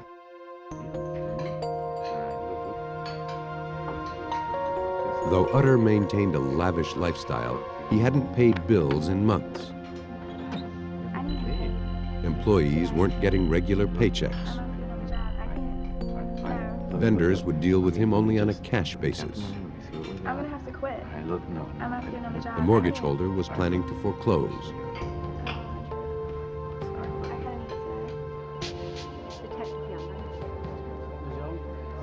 Police spoke with the owner of the building.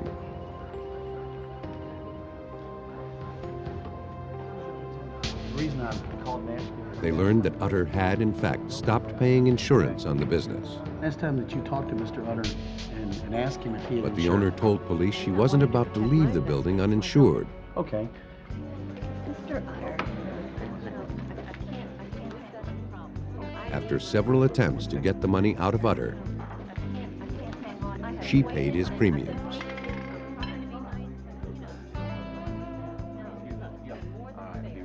She told police that shortly before the fire, she gave Utter a copy of the renewed policy. He personally stood to gain $200,000 if the restaurant burned.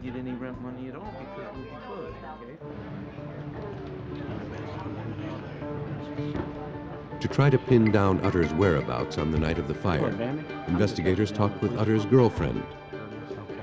How long have you been forced to let you enforce? She confirmed that she had been with him when the fire broke out. Had you guys been together? There was even documentation to prove it. The call police placed to Utter that evening to inform him that his restaurant had burned had been recorded. So his presence away from the restaurant was absolute, and we knew that was going to be a tremendous stumbling block in proving who set the fire. It also cued us to the fact that he had to have an accomplice who set the fire because he could not personally have done it.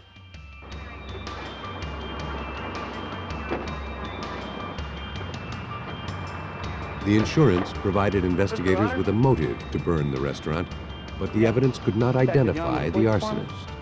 Mr. Utter, I have a warrant for your arrest for arson. Biff Utter was arrested on June 23, 1994. Interstate mail fraud.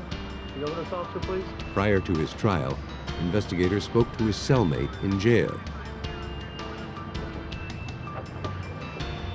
They hoped he might have revealed something.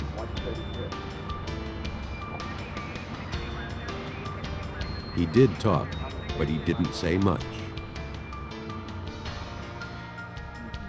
Utter didn't name names, but as one inmate testified, he'd confessed to having been involved. The cellmate testified at trial that Biff Utter stated he would never cooperate with the government, he would never tell them who started the fire, that he was going to attack our forensic evidence because that's really all we had. But as it turned out, the forensics was more than enough to make the case. Prosecutors theorized that Utter paid a professional arsonist to burn down Stormy's so that he could claim the $200,000 insurance money. Utter arranged for the fire alarm to be unarmed and established a solid alibi with his girlfriend.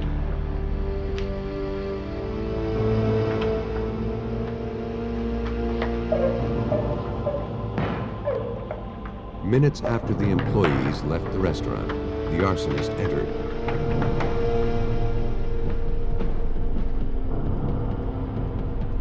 By introducing the accelerant into the ceiling, he attempted to build a blaze so big and violent that it would obliterate all traces of the crime.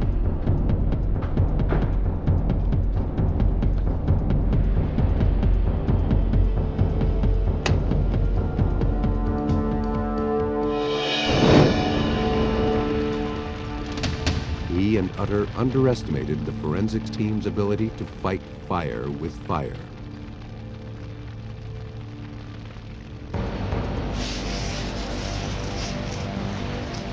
A jury convicted Utter of conspiracy, arson, and using fire to commit a federal felony offense. He refused to identify the arsonist. Utter was sentenced to 15 years in federal prison. His accomplice may still be setting deadly fires. While their actions present an unequal challenge to law enforcement, arsonists are no longer protected by the wake of confusion they leave behind.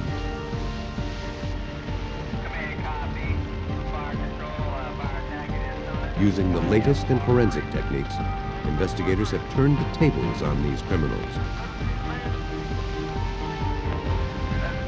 fighting their deadly blazes with flames of justice. In the pre-dawn hours, a house catches fire in Wisconsin. Investigators determine that the blaze is a smokescreen designed to hide a more horrific act of violence. But the heat of the flames leaves the crime trail cold. In southern Florida, a series of fires becomes more than a coincidence. People are dying, and a community is frightened. Detectives must work quickly to calm fears and catch the killer before he strikes again. At a crime scene, everything is considered a potential clue. But a fire can destroy everything in its path, challenging forensic investigators at every turn and making each arson a trial by fire.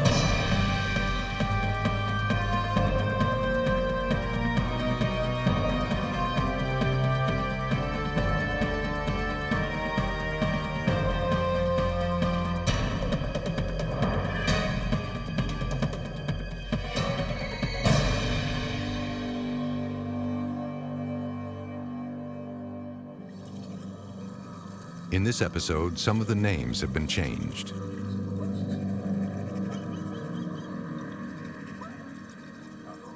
"2:30 in the morning, November 25th, 1996. Most of La Crosse, Wisconsin slept. But one of its residents woke up to an alarming sight.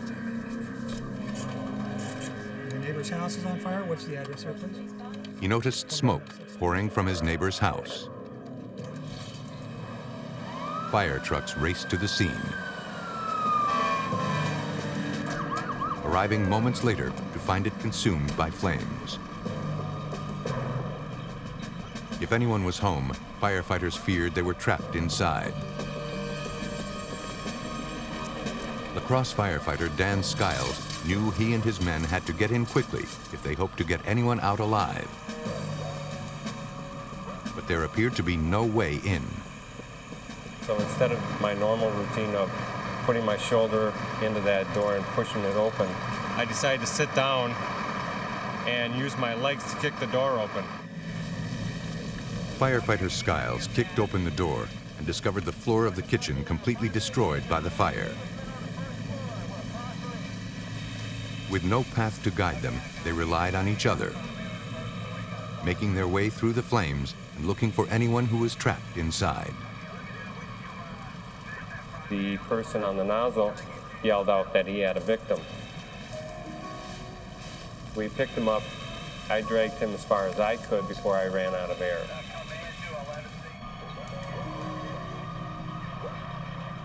Despite their best efforts, firefighters pulled a man's lifeless body out of the burning rubble.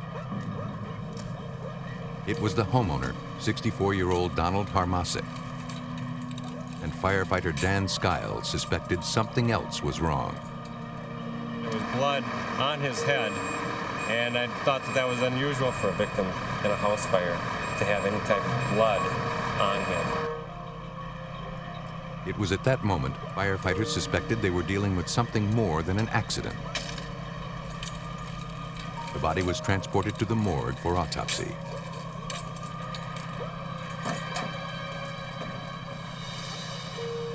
La Crosse, Wisconsin detectives Dave Schatzley and Kerry Jaholski interviewed the neighbor who phoned police.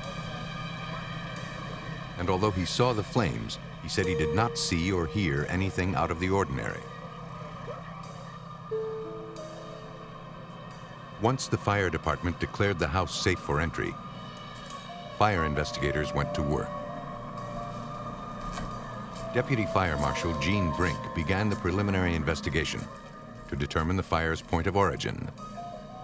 A fire investigator, in determining the cause of the fire, starts in the area of least damage, the outside of the house or the living room where there was no fire, and works back to the area of most damage. The house was cluttered with books and magazines. Detectives opened them and found money hidden inside.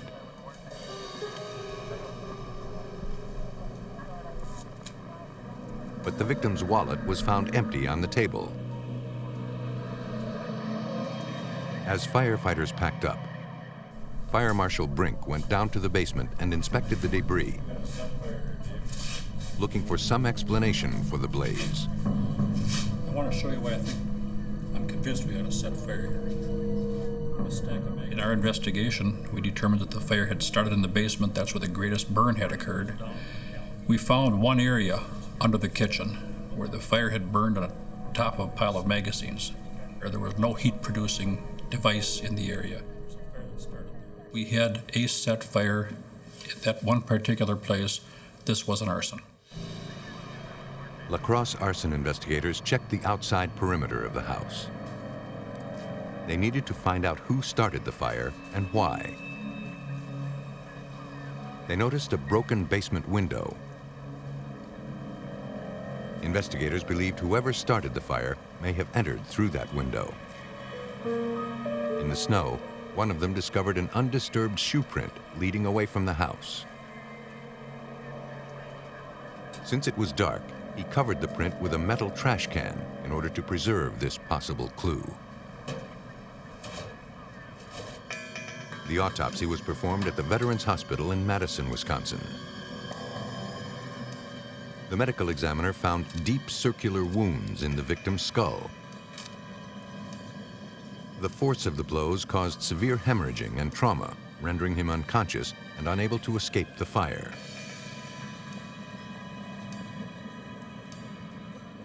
Now, along with arson, authorities believed they were also investigating a murder. Okay, everybody, we want to get a briefing in and get some job assignments. Early the next morning, at the La Crosse Police Department, investigators compared the information they gathered so far. Detective Joe Dunham was one of the lead investigators on the case. The coroner thought it was a gunshot, but then he determined later it was a blunt instrument to the head that killed Mr. Harmachek. There's a footprint on the east side of the house in the snow. Detectives also needed to follow up on the most promising clue so far, the footprint left in the back of the house.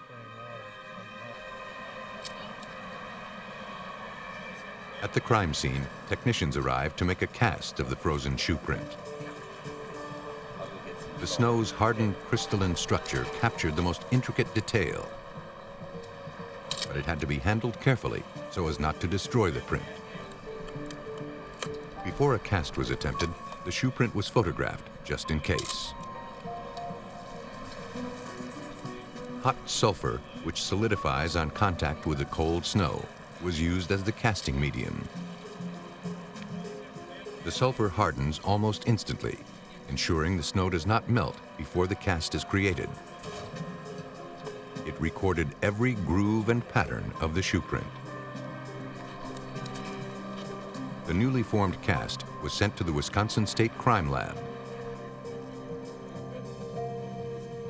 Inside the house, blood spatter stained the furniture and the surrounding floor. Forensic scientist Nick Stalkey reconstructed the fatal scenario. The stains that were on the front of this chest of drawers were 2 to 6 millimeters in size. Those are indicative of stains that you would see at a beating or a stabbing. He stretched pieces of string back from the blood spatter to determine the position of the victim at the moment of the attack. By the point of convergence of the bloodstains, I was able to determine that Mr. Harmasek was beaten just in front of this chest of drawers. We did find a hammer that was in the area of these bloodstains. The chest of drawers and the hammer were sent to the crime lab for analysis. A La Crosse police officer spoke with Shirley Otto, the victim's longtime companion. So right now you can't think of anybody that would want to do any harm to him? She and Donald Harmasek had been together for over 20 years. She told the officer they had a good relationship, that Donald was well-liked, and everyone called him by his nickname, Pops. Shirley also told the officer that Donald had been upset recently because his house had been repeatedly burglarized. I think he kept most of it there because he didn't trust banks.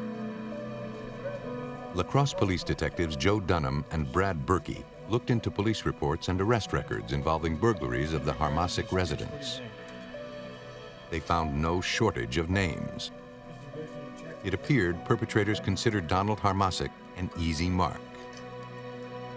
He was someone that we knew kept money in his residence, and he had been targeted in the past by various burglars. Police went to question a known local petty thief named Adam Tallbridge. But when he heard the police, he ran. Tallbridge looked like a promising suspect.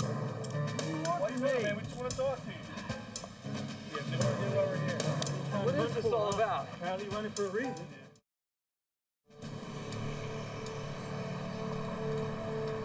Back at the station, he denied any involvement with the Harmasek homicide. Tallbridge claimed he panicked when he heard the police. That is why he ran. He agreed to cooperate and allowed his tennis shoes to be tested. They were sent out for analysis to the State Crime Lab, where forensic scientist Jerry Kotajarvi was analyzing the footprint casts from the crime scene. There are a lot of shoes that have the same size and tread design, but it's the unique characteristics that identifies that shoe to that impression. They're like cuts and missing pieces and wear and so on. He determined that the footwear worn at the scene was an Airwalk tennis shoe, the same type worn by Tallbridge. But when he compared the casts to the sneakers, he found the shoes were the wrong size. Adam Tallbridge was not their man. Then Kotajarvi discovered something unusual. There were actually two separate and distinct shoe prints, one on top of the other. He concluded they were now looking for two suspects, not one. Detective Berkey realized they had to rethink their investigation. Detective Dunham and I both believed that there might be more to this. I mean, that information pointed us in the right direction. Investigators still had no idea who killed Donald Harmasik, and they faced an even greater challenge. They were now looking for 2 suspects, and their hope was that the newly discovered shoe prints would lead them straight to the killers. 64-year-old Donald Harmasik was murdered and his house set on fire to cover up the crime. Investigators discovered they were now searching for 2 suspects, but so far the crime scene yielded a limited number of clues, and detectives Brad Berkey and Joe Dunham were frustrated. When you burn a body, you take a lot of evidence with it, and also when you burn the home, you take a lot of evidence there. It was a challenge. We had a big challenge ahead of us because we had no suspects in this brutal murder. At the crime lab, forensic scientists continued their investigation. Nick Stalkey studied the victim's blood-spattered cabinet. Soot marks and spatter indicated that one of the drawers was partially open at the time of the murder. The chest of drawers provided Nick Stalkey with important information. The individual was beaten just in front of this chest of drawers, and then the drawers were repositioned, and then the fire started. It told us then that not only did the individuals beat the victim, but they also then ransacked that house after he was down and bleeding, and then started the fire and left. Investigators now believe the perpetrator set the fire with the intent to cover up an even greater crime. At the Wisconsin State Crime Lab, forensic scientist Ken Olson tested debris from the burned house. He believed a flammable liquid was used to start the blaze. It's very difficult to just take materials that are present to start a fire, but with an ignitable liquid, you can accelerate that fire and get it going faster. Liquid accelerants leave traces behind that slowly evaporate. The debris collected was placed inside a can along with a carbon strip. Carbon absorbs any traces of the accelerant left behind. The can is sealed and then heated to 100 degrees Fahrenheit. I then take that paint can with the charcoal strip inside, place it into the oven. After heating for 16 hours, the carbon strip is then put into a gas chromatograph that analyzes the chemical components of the accelerant. I take that vial and put it on the instrument, and it's automated, injects the solvent into the instrument, and I'm looking for any known accelerants that are there. Every chemical has a unique molecular fingerprint. The chromatograph reveals that molecular structure. I examined the residues that I recovered and found the residues of gasoline in 3 of the samples that were collected from the scene. Investigators turned to the community, and they set up a Crime Solvers tip line. The leads began to pour in. One of the callers claimed a man named Todd Carpenter knew something about the murder. Detectives brought Carpenter in for questioning. He began to spell out his involvement, telling investigators he was contacted by 2 men.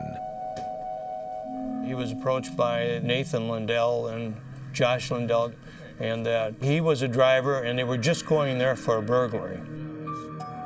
According to Carpenter, the Lindell brothers heard a rumor that Donald Harmasik kept lots of cash in his house, and they wanted it. The brothers offered Carpenter money to drive the getaway car. Carpenter told the detectives he stayed with the car while Nathaniel and Josh Lindell committed the burglary. He waited outside while Josh and Nathan Lindell went inside the residence looking for money and rummaged around the basement and went upstairs looking for money. And at that time, they stumbled across Donald Harmachek. Afterwards, the brothers instructed him to drive to the top of Granddad Bluff, a secluded spot overlooking the city of La Crosse. There, they built a fire and burned the clothes they had been wearing, including their shoes.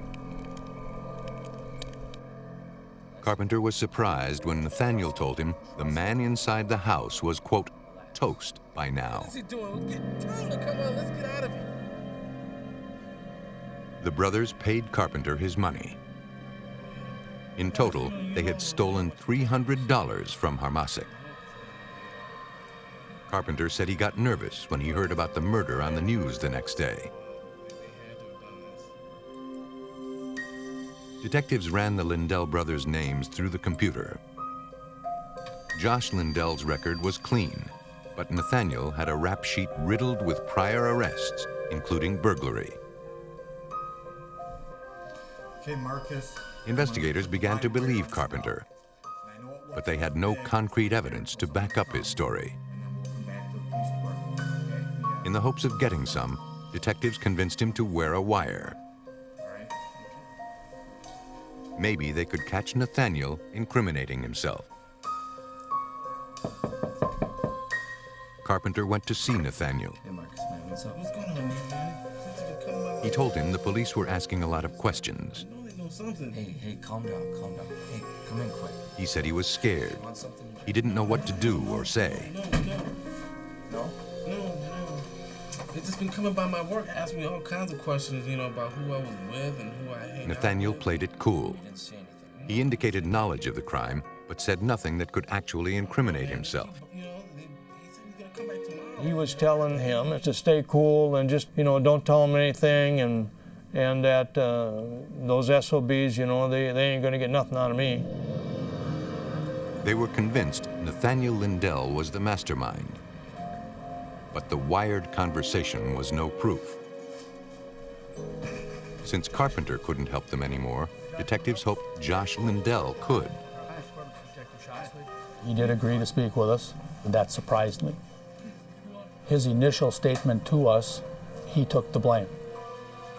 Detectives finally got the break they needed. But the extreme violence of the crime and their strongest piece of evidence, the shoe prints, pointed to two killers. Detectives knew they needed more if they were to catch them both.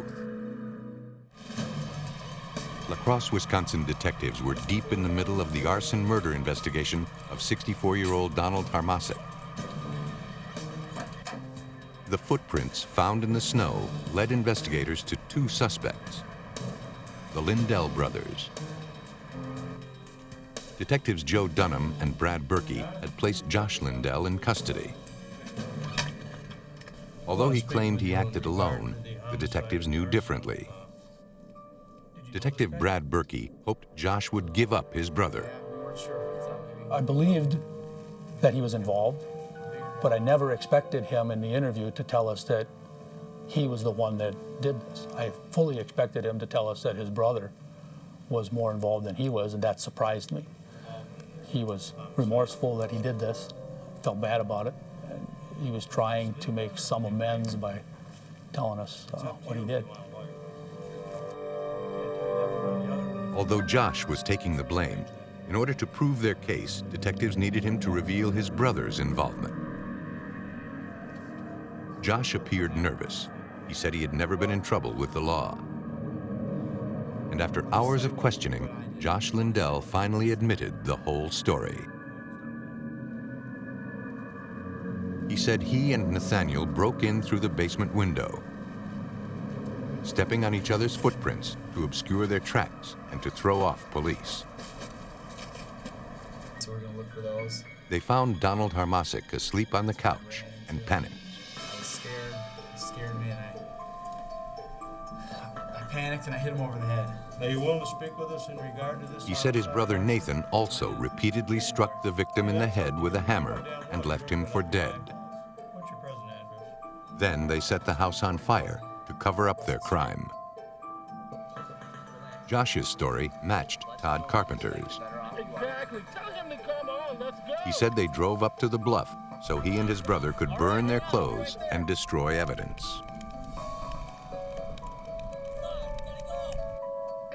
Murder was never part of the plan. Although by the time they left, the plan had fallen apart. Yeah, we weren't sure.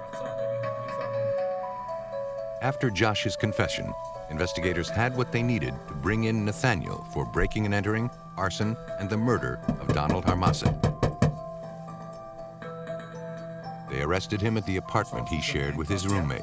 And place you in the squad car after he searches you. When we get down to the police station, then we'll discuss He was this handcuffed at that time. and taken to the police station, where he was booked.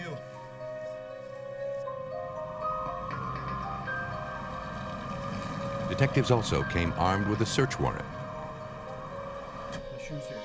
They questioned Nathaniel's roommate and searched for evidence. Even though Josh said they burned the shoes they wore, investigators collected another pair at his apartment.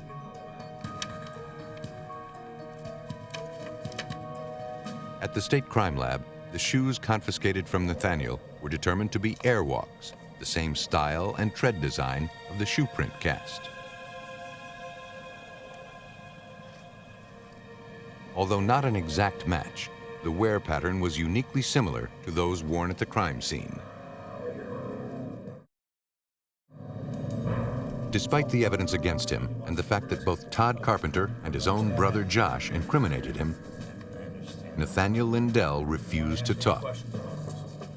He would not speak to us. That's his right, of course. But Nathan is cold-hearted, would do anything. Based on the evidence, police determined that Nathaniel and Josh Lindell broke into Donald Harmasic's home, intending to burglarize it.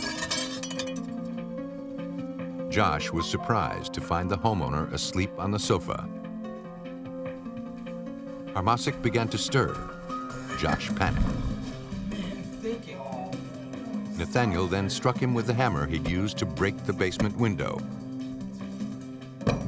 beating him unconscious.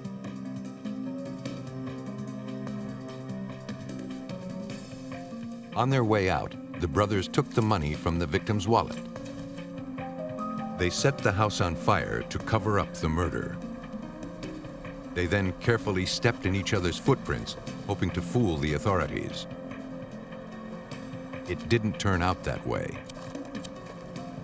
I believe Josh was definitely part of the crime, but he was not the leader of the group. It was Nathan Lindell, his older brother, that was the leader. On February 3rd, 1998, Nathaniel Lindell was convicted of first-degree murder, burglary, and arson.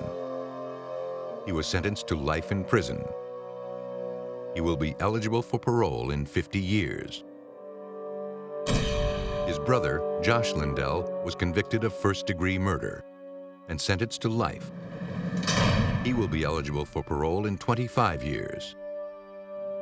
In exchange for his testimony, Todd Carpenter was not charged. La Crosse homicide detectives narrowed in on one piece of forensic evidence, yielding two suspects who used arson to hide their crime. In Florida, authorities faced an ever-widening challenge as a string of similar fires became more than a coincidence. In the early morning of August 7th, 1993, in Spring Hill, Florida, the Hernando County Fire Department responded to a burning residence. Firefighters raced to the home of 80-year-old Becky Saunders.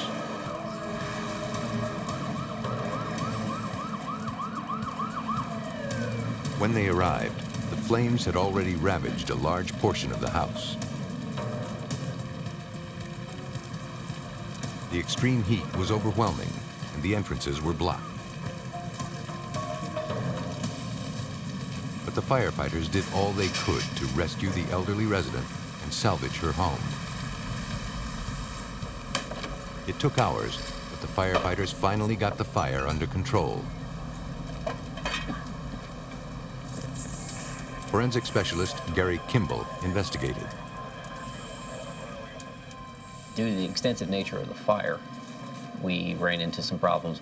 We were unable to examine a lot of the things that we would like to have examined because they just weren't there anymore.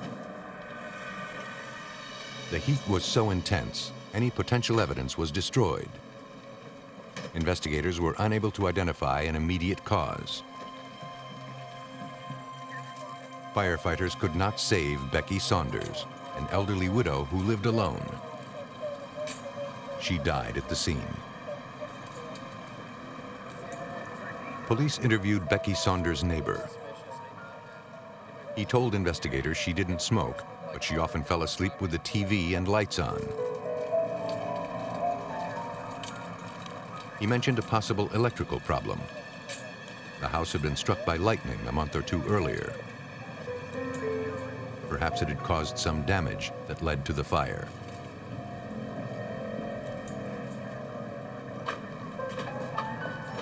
All the neighbors knew Becky and were eager to talk about her. They said she was in good health and quite independent. Fire investigators asked if anyone saw anything unusual. No one did. The Hernando County Sheriff's Arson Unit, led by Detective Mike Owens, searched for answers. When they could not determine the fire's immediate cause, they needed to consider another possibility: arson. Arson investigation is not an exact science. It's a big puzzle. You try to take charred remains and then put them back together. We take everything in the room out and try to reproduce the locations of the furniture, everything and anything that was in there, and try and see where you're having low burns, high burns, to see what area the fire actually traveled. The debris collected from the house was sent to the lab for analysis. Arson expert Carl Chasteen looked for pore patterns or the residue of a flammable chemical, an accelerant, that would indicate arson. What we're trying to determine is, has there been something added to this fire scene that would cause it to burn faster and hotter than it would if it were an accidental fire? That's what we're looking for. We're looking to see if there's been an accelerant added to the fire. The photographs revealed the progression of the fire, which started in the bedroom. Investigators still needed to find out the cause of the fire. But with so much of the evidence destroyed, they knew it would not be easy. In a crime laboratory, we have to be objective. It's not our job to convict somebody or exonerate anyone. It's our job to test the evidence and tell the truth. In this case, we looked at it as closely as we could, and we still could not determine that there was any ignitable liquid in the samples. At the medical examiner's office, the victim's remains were autopsied. Though her blood showed elevated levels of carbon monoxide, indicating that she had inhaled smoke, Dr. Valerie Rao wasn't confident that it was enough to suffocate her. The poor condition of her remains made further analysis impossible. Because the investigation really did not lead anywhere, it was decided by the medical examiner to call it undetermined. Without any evidence to indicate otherwise, Becky Saunders' death remained a mystery. Investigators were left with unanswered questions. The firefighters in Hernando County would soon find themselves battling another blaze. But maybe this could provide some answers. An elderly Spring Hill, Florida resident, Becky Saunders, died trapped inside her burning house. Investigators were unable to determine the actual cause of the fire. Fire rescue, what is your emergency? 10 days later, the Hernando County dispatcher received a call. Another house was on fire, and an elderly couple was trapped inside. Wait, sir, they'll be right there. Firefighters entered the smoke-filled house and saw a woman collapsed on the floor. They carefully carried her to safety.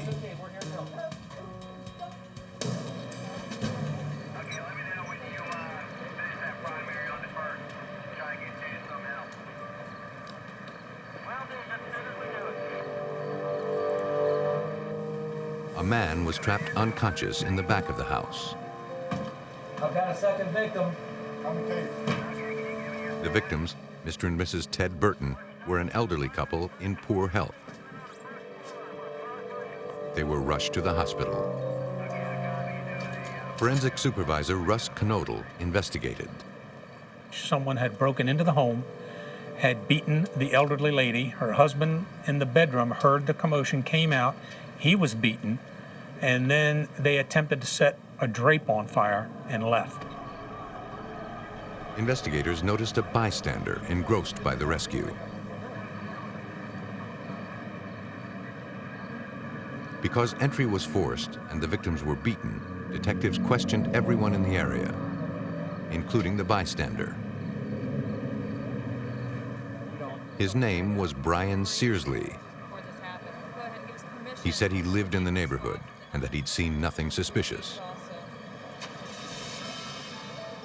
He agreed to let investigators swab his hands for the telltale signs of an accelerant. He also allowed them to take an article of clothing for further testing.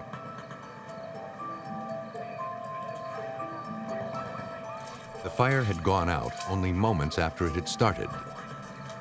The arson dog was sent in, and investigators collected debris to test for accelerants. If an accelerant was used, detectives believed it might point them in the direction of a suspect. There was some alcohol poured in a dish with a candle. The candle was lit and then put underneath the drapes, and the drapes caught on fire. The rest of the house remained undamaged. It was searched thoroughly, looking for anything out of the ordinary. In the bathroom, investigators noticed a cabinet door open. Not sure what it could mean, the cabinet was dusted for prints.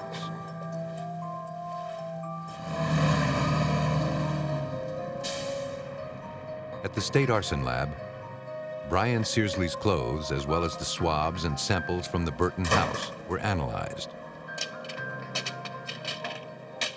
Traces of gasoline were found on his clothes, but there was no evidence of gasoline at the crime scene. He was eliminated as a suspect. Police studied crime scene photographs, hoping to spot something they'd missed. Mrs. Burton suffered from Alzheimer's, and Mr. Burton had lapsed into a coma, so the couple was unable to aid investigators. They found no evidence that the similarities between the Burton fire and the Saunders fire was anything more than coincidence. Right off the edge of the carport. Now, we know it wasn't a robbery, because as we were going through the home, we opened up the drawer in the bedroom, and that's a picture of the drawer opened up in the bedroom. And if you'll notice, you can start to see a wallet, a man's wallet. When we picked up the wallet and opened it up, it had a lot of cash in it, so we know it wasn't a robbery. With no known motive and no possible suspects, the evidence baffled investigators.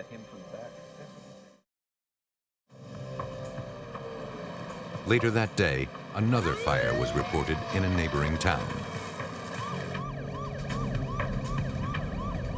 Signal 4 radio. You have fire on the scene now. We've received a call that there was a fire up in Brookridge. Again, the fire was hot and it had burnt severely to where everything in the bedroom had dropped onto the ground. We processed that scene looking for anything we could find. Like the first victim, 70-year-old Monique Jenkins had been found burned beyond recognition on her bed. And like the last fire, a bathroom cabinet stood open. Once again, most of the evidence was destroyed, but investigators collected what they could from the smoldering debris.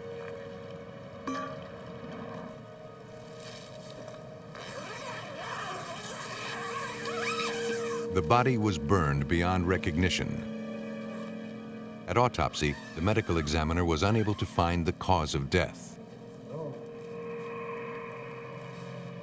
The examiners did find the victim's hands were bound with duct tape, rendering her helpless. Examiners found no fingerprints on the tape. Again, there was no clear motive for the crime. The detectives approach us and they're looking for anything they can find that will forensically link something or someone to these cases. They're wanting to know if we got fingerprints. They're wanting to know if we got any trace evidence, if we found any accelerants, or anything that they can put their hands on to help them in the direction they're going in this case. And at this particular time, we were not able to come up with anything. Very frustrating for the whole team. Okay, folks, we're here today to review the facts that we've come up with thus far. Detectives compared evidence gathered at the 3 fires, hoping to come up with something that would tie them together. We had a great amount of intense heat inside this master bedroom. It appears to be some type of a home invasion at this point when both the victims were... The intensity of the blaze indicated an accelerant was used to cover up another crime. Once we examined the remains, we clearly showed that she had been duct taped with her hands clearly duct taped behind her back. So that's really the first indication that we're dealing with something other than accidental fires. This was the crucial piece of evidence that began to link the arsons. Because now we know we had a problem. We felt now we have somebody going around breaking in homes and burning these elderly women up. Police followed through on several leads. None paid off.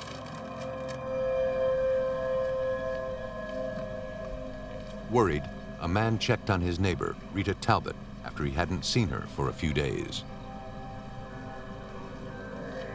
Her front porch was littered with unread newspapers.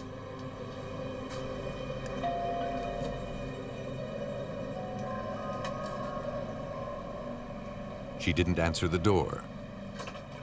With the key she had given him, the neighbor entered the house. Hello? Hello? He found her in the bedroom, dead.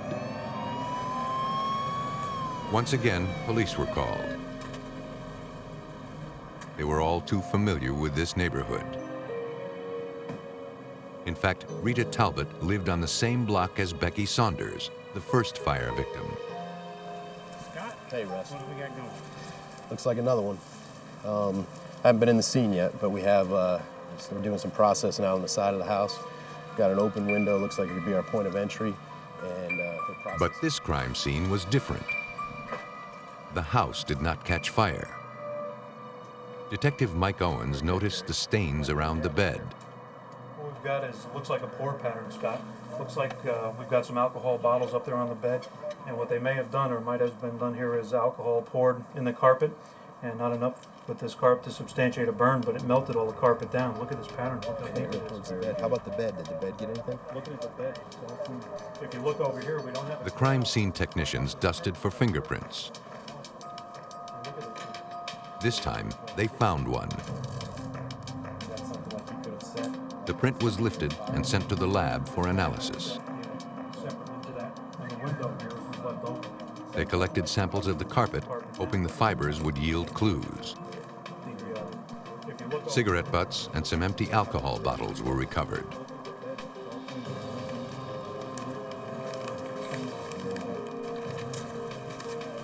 After weeks of frustration, this tragic crime scene produced several key clues. Now, detectives hoped the forensic evidence would bring them closer to capturing the killer. For almost 2 months, detectives had been tracking a killer who was wreaking havoc on a peaceful Florida neighborhood. At the most recent crime scene, police found several clues, including a fingerprint they hoped would lead them to a suspect. Detective Scott Bierweiler believed the recovery of this evidence was crucial. The past houses of the victims, of the deceased, had been burned. A lot of the evidence had been destroyed. We were not real successful in obtaining evidence. So we were all encouraged going into this house, knowing that it was most likely going to be tied with the other victims, same suspect in this. And if we were going to obtain any type of evidence, our best shot was to get it out of this particular house. Fingerprints were also lifted from a vehicle parked in the latest victim's garage.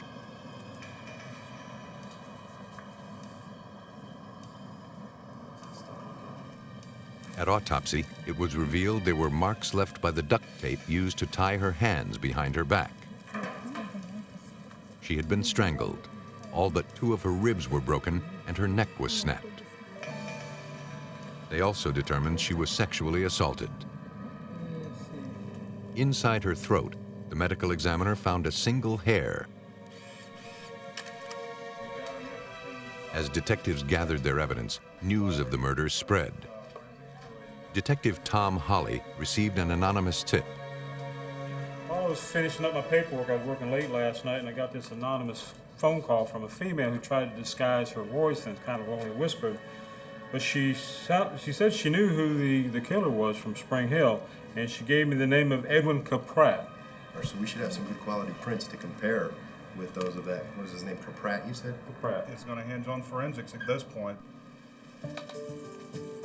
Forensic specialist Gary Kimball compared the prints recovered at the crime scene with those on file. Detectives learned Caprat had a long history of arrests.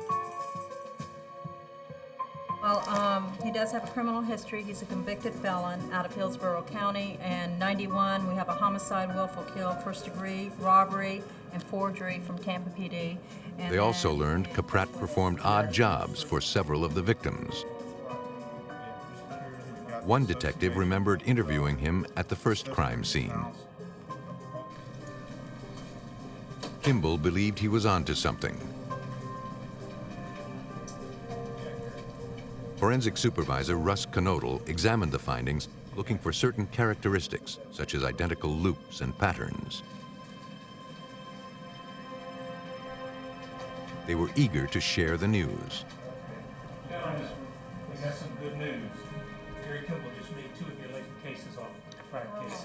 Caprat is your man. He's the guy. But since Caprat was a local handyman and worked for several of the victims, his prints could be easily explained. And 1 off the car in the garage. They needed more. Wonderful. He's your man. That's great. Scratch too. Go, Daniel. Another one, man. For 2 weeks, Caprat was placed under 24-hour surveillance. Their goal was to collect more physical evidence.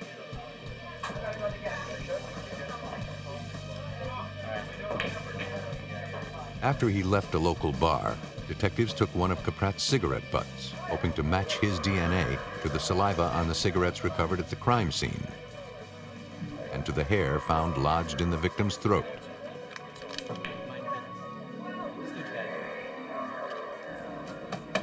The DNA matched.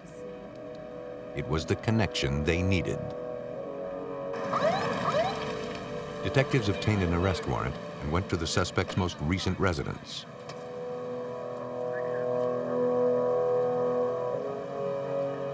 Michael Caprat was placed under arrest for the most recent arson murder of Rita Talbot.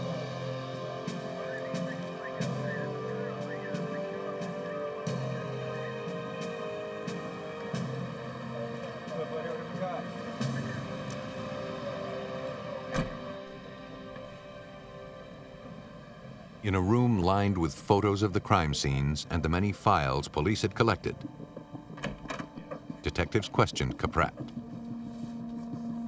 Prior to even interviewing, we knew that he was our guy, so we pushed forward with it.